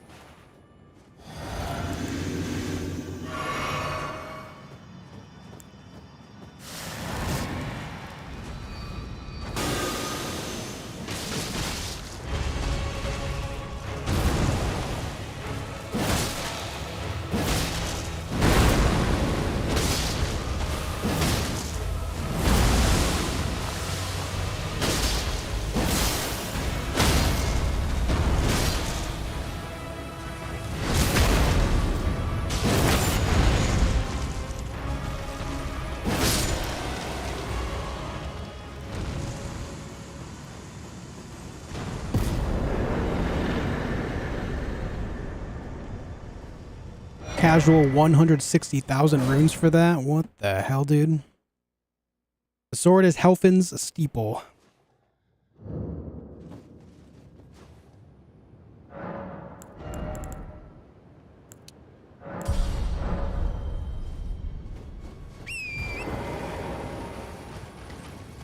It's helping people. It's Hellman's mayonnaise, yeah.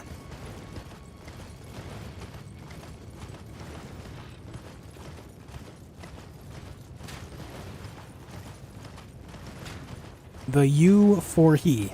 Oh, yeah? Thank you for helping people. No problem, dude. Helping people.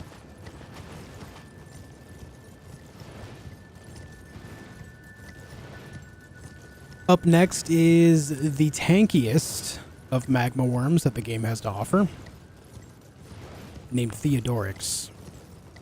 He's a chunky man.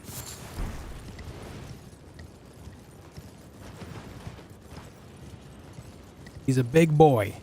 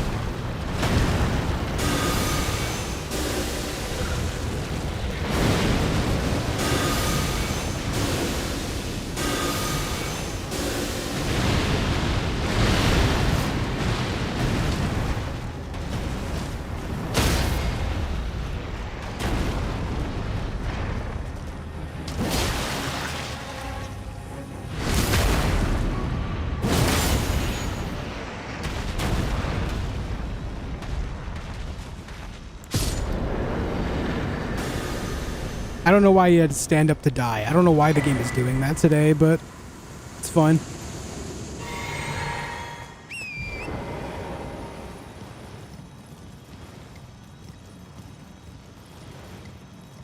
Yeah, this armor is great for this. I agree.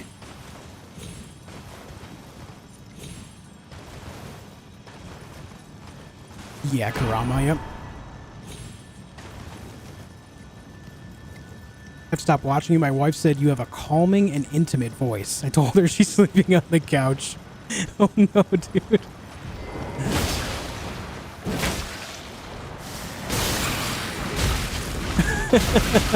Well, tell her I said thank you.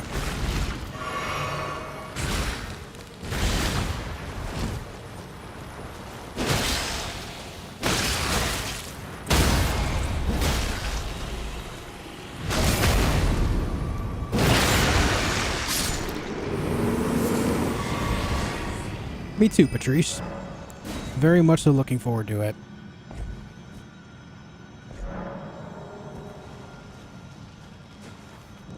Have a good night, Ina.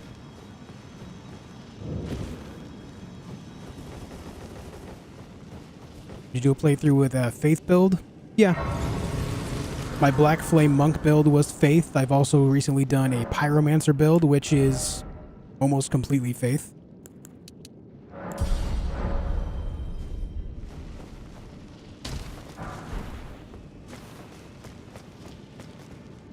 I've also done an incantations only playthrough, which is obviously all Faith.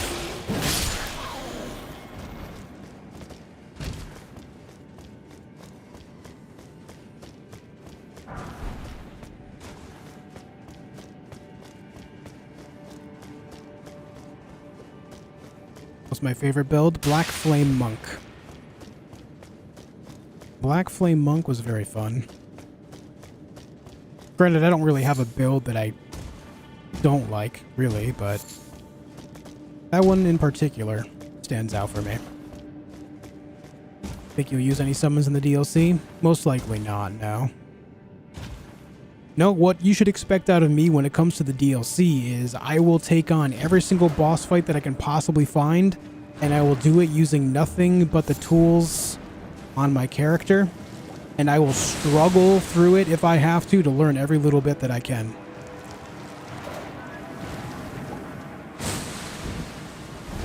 I have nothing against summons, nor people using summons. It's just not something that I do personally because I like to struggle through it solo.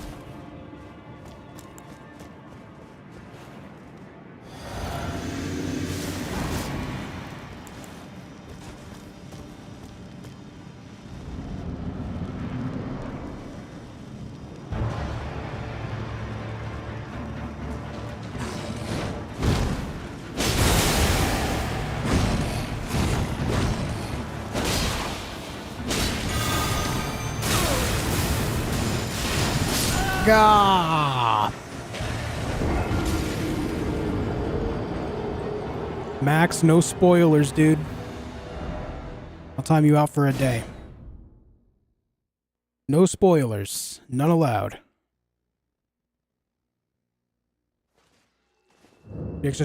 Should we expect a stream playthrough for the DLC? You should expect several of them out of me, yes.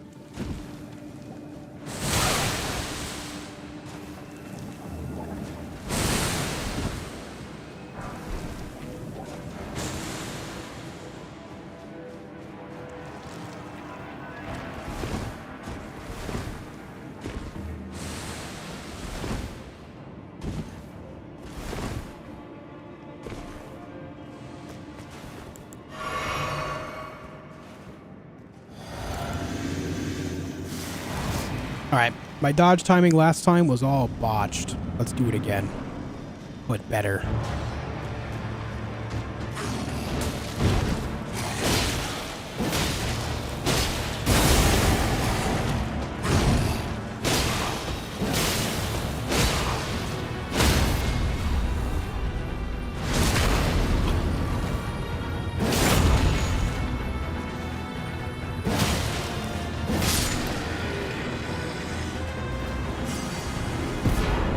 Well, I would say that's better, but I barely had to do any dodging that time. Just kind of manhandled it.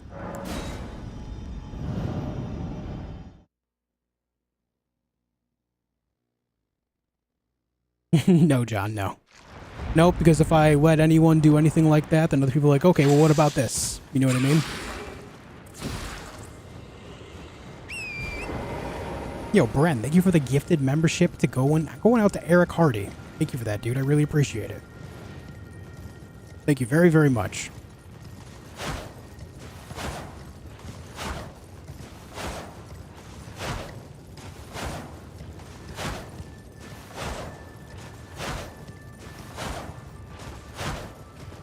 Bonsoir, Chibonster.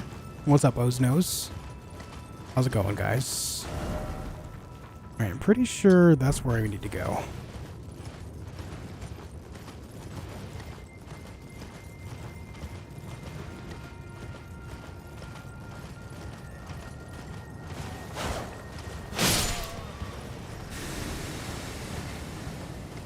After my first full playthrough of the DLC, I will be down to discuss every little bit of it, including bits that I may not have seen, because at that point, I missed it. You know what I mean?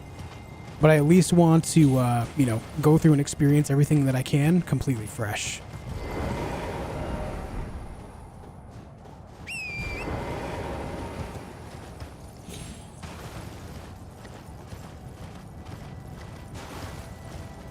Alright, where is this thing? Should be, like, right next to me, right? Am I at the wrong one? Yeah, we can just follow the wall anyway. We'll see it. There it is.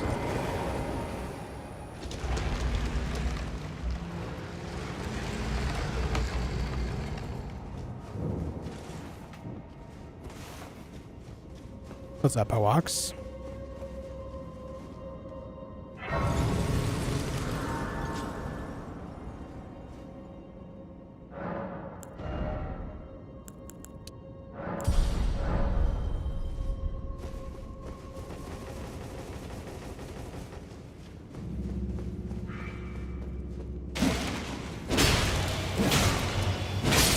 Oh, these imps are all super scaled.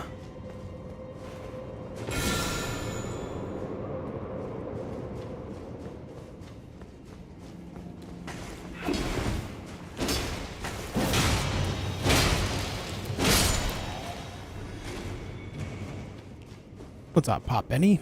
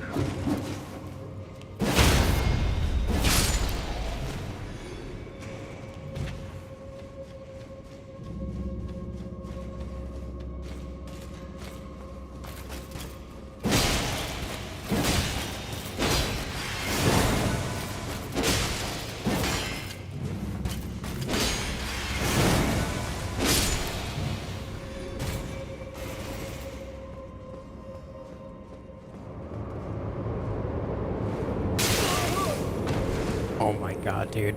Okay, can we talk about what just happened? Can we talk about that? I was not within the hitbox range of that attack, but because my character raised his hand, he entered the hitbox area of the attack. What kind of shit is that, dude?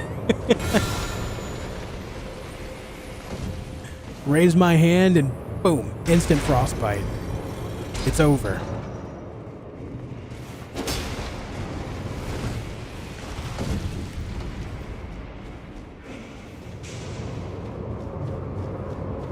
Hey, thank you, Pop Benny. I appreciate that, dude.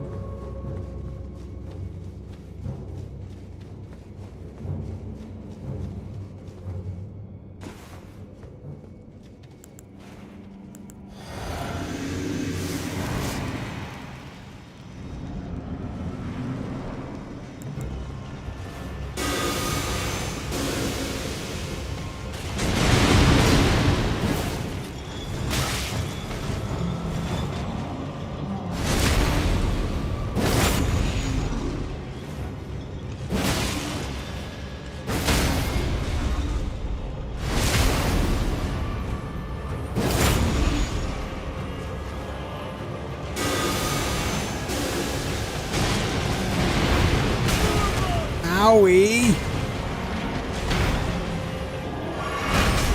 Oh!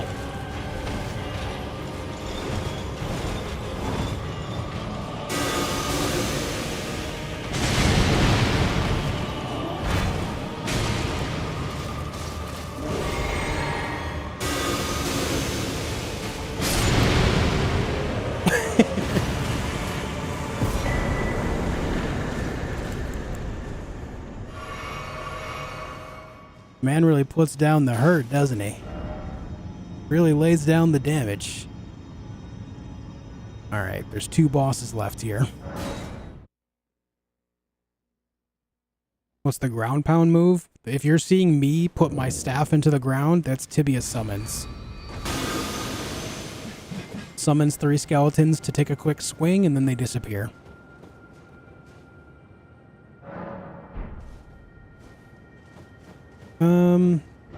You know, we had this discussion the other day. I want to go see. I think it was it Korn? I think Korn said that it's possible for the Deathrite bird to spawn during the day here. I've never actually looked. I've always changed it to nighttime just by default, so I'm going to go see. What's up, Wise Kuma?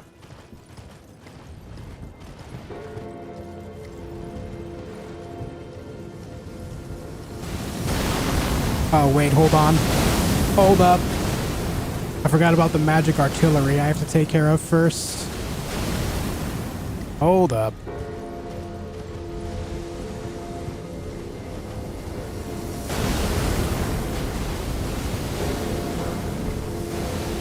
Oh! Jesus! Ah!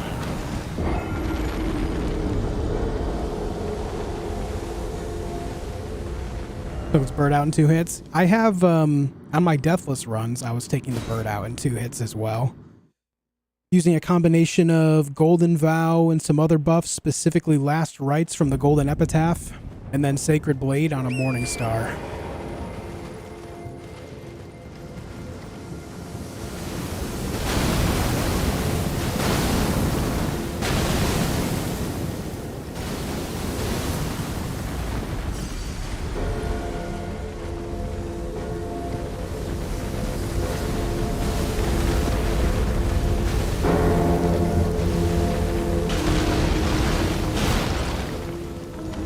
Oh. Oh, that was close.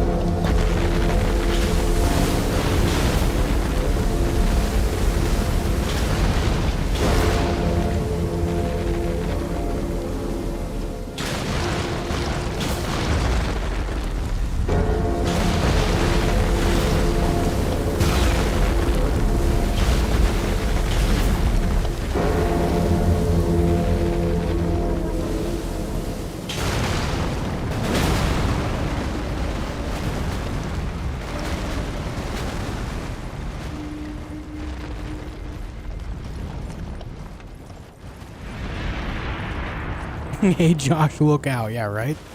Hey, look out, man.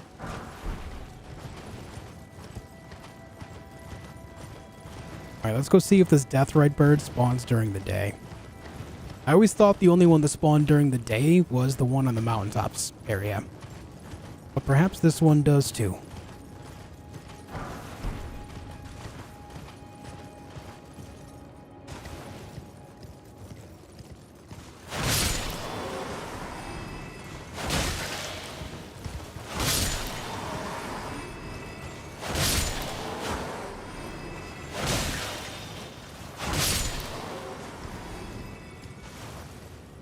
Now, if it was going to spawn, it would have spawned already, I think.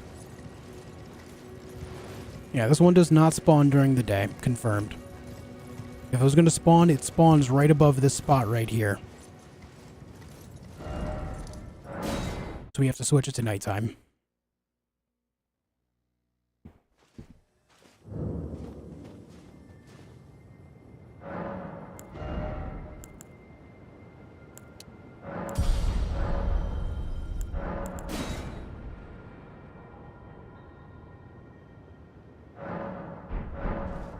Played this game for 100 hours, didn't know you could beat that bell ringing big thingy by attacking its legs. I learned something new every day.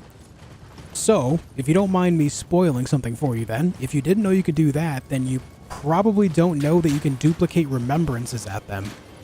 Whenever you kill a boss in this game, you get a remembrance, which you can take to the Round Table Hold, one of the crones there, specifically the one sitting next to the 2 fingers in the throne room, will offer you items that pertain to the specific boss's remembrances. A good example is you can get Radahn's swords from him, or his bow if you'd rather.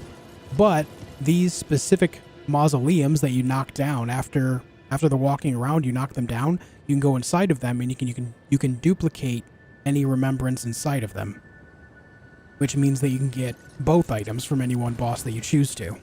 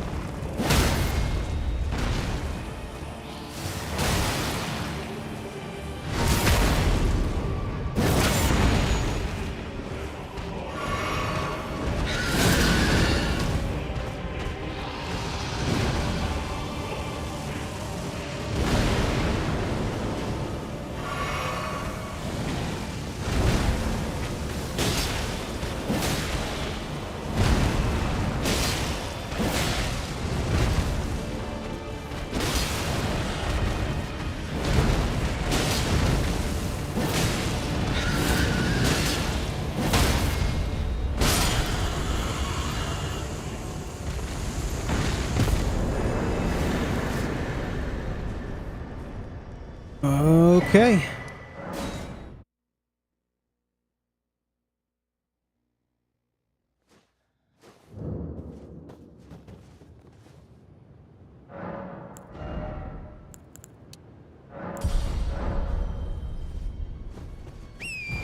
What did he drop? He drops a new spell for us, actually, which goes great with this build.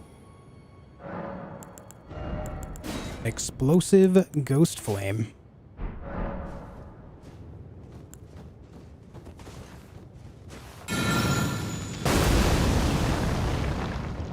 You know that spell that he does in his Phase 2 transition? That.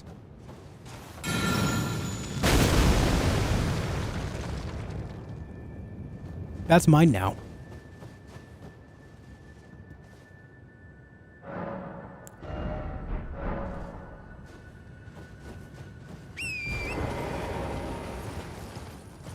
Beautiful.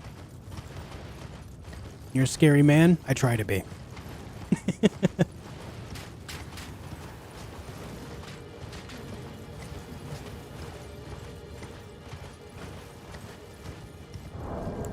Oh, right, Rune Arc. True. Eye for gore.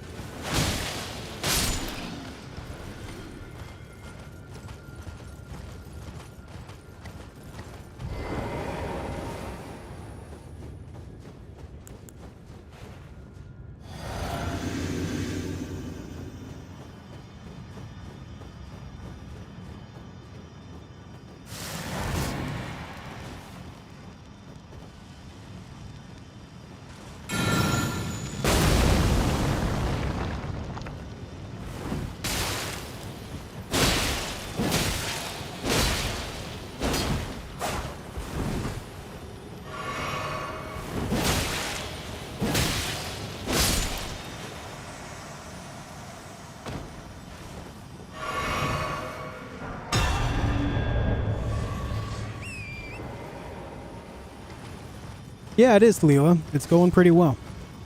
I'm enjoying the build a lot.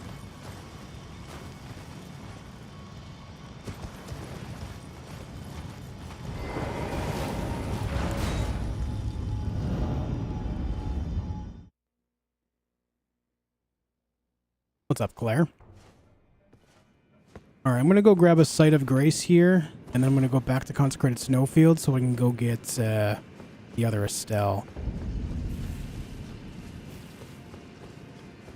I forgot to finish up Ronnie's quest, by the way. Forgot to do that.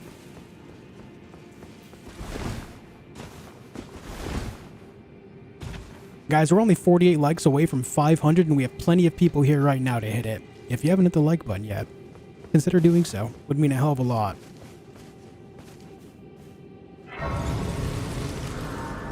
On this character, I'm actually not going to kill Moog. I'm going to wait for the DLC to come out and see if anything new happens there. So we're just going to leave that right there for now.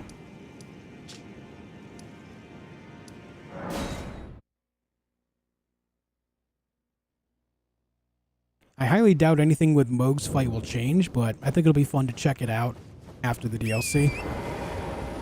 Just to see what happens.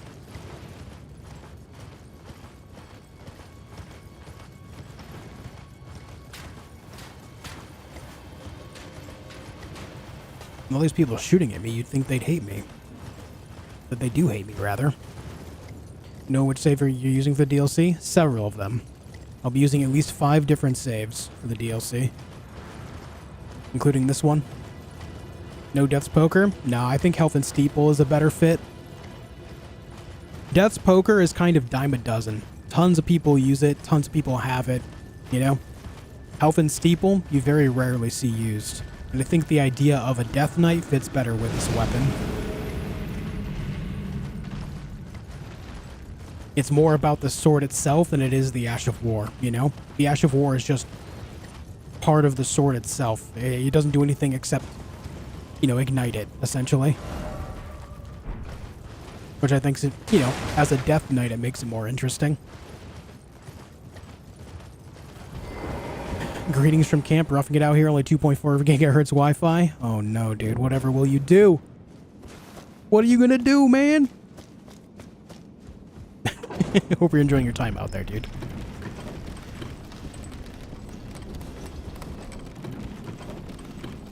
You rarely see it used because half of us didn't know it existed? Exactly. Exactly. I think it's a pretty cool thing. Using a weapon that's very rarely seen, you know? I mean, just today, how many people have come in and asked what weapon this is, you know? Very few people know about this sword. It's actually really good.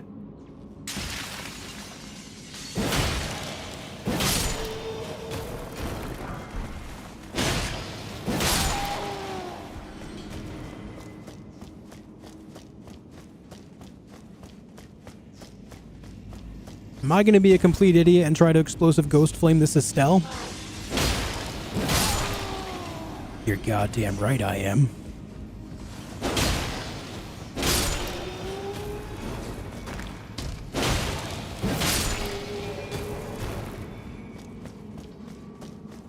If he dies, he dies.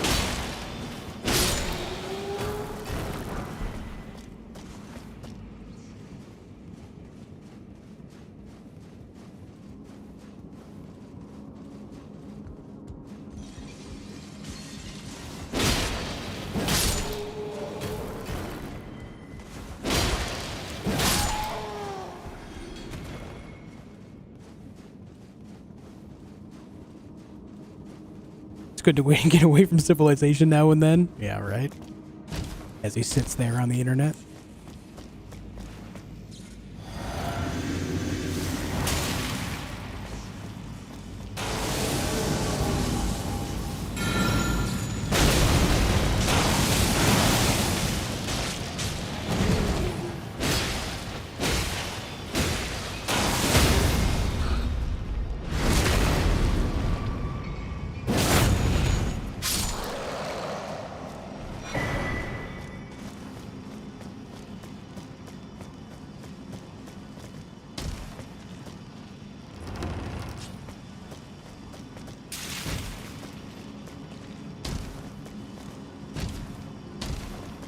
Nah, Griffin, I don't drop items or runes for people, man.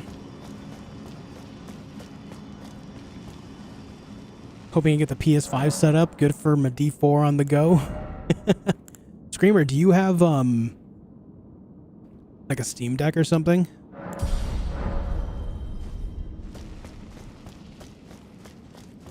That would have been something, huh? Do you have the PS5 handheld thing?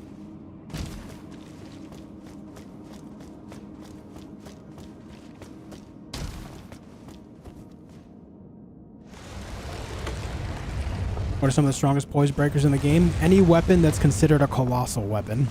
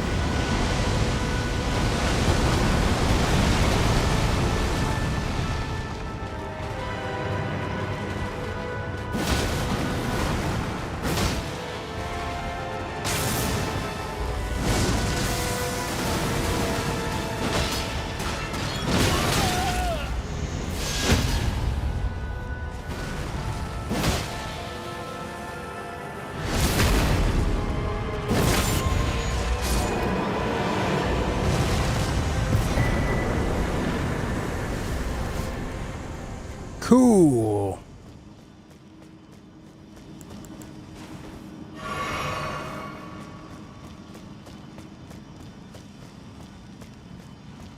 Well, okay then. That is Estelle Senior done. I still have to do Ronnie's quest stuff, which means I still have a lot of things underground to do as well. That's the thing. I forgot to do all the underground stuff on this DLC, guys. Or on this playthrough, not the DLC. I have DLC on the brain, obviously. I haven't done all the underground stuff on this playthrough yet. Still lots to do. We did get the gargoyles. So it's just some pretty basic stuff to take out. But yeah. This is DLC? No, it's not DLC.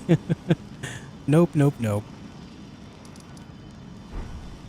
Hey, thank you for 500 likes. There it is, guys. Huge. Huge. Thank you very much. So I guess we get ready for underground stuff. I'm going to be so insanely over-leveled for it, but it's got to be done. What's the sword called? Helfin's Steeple.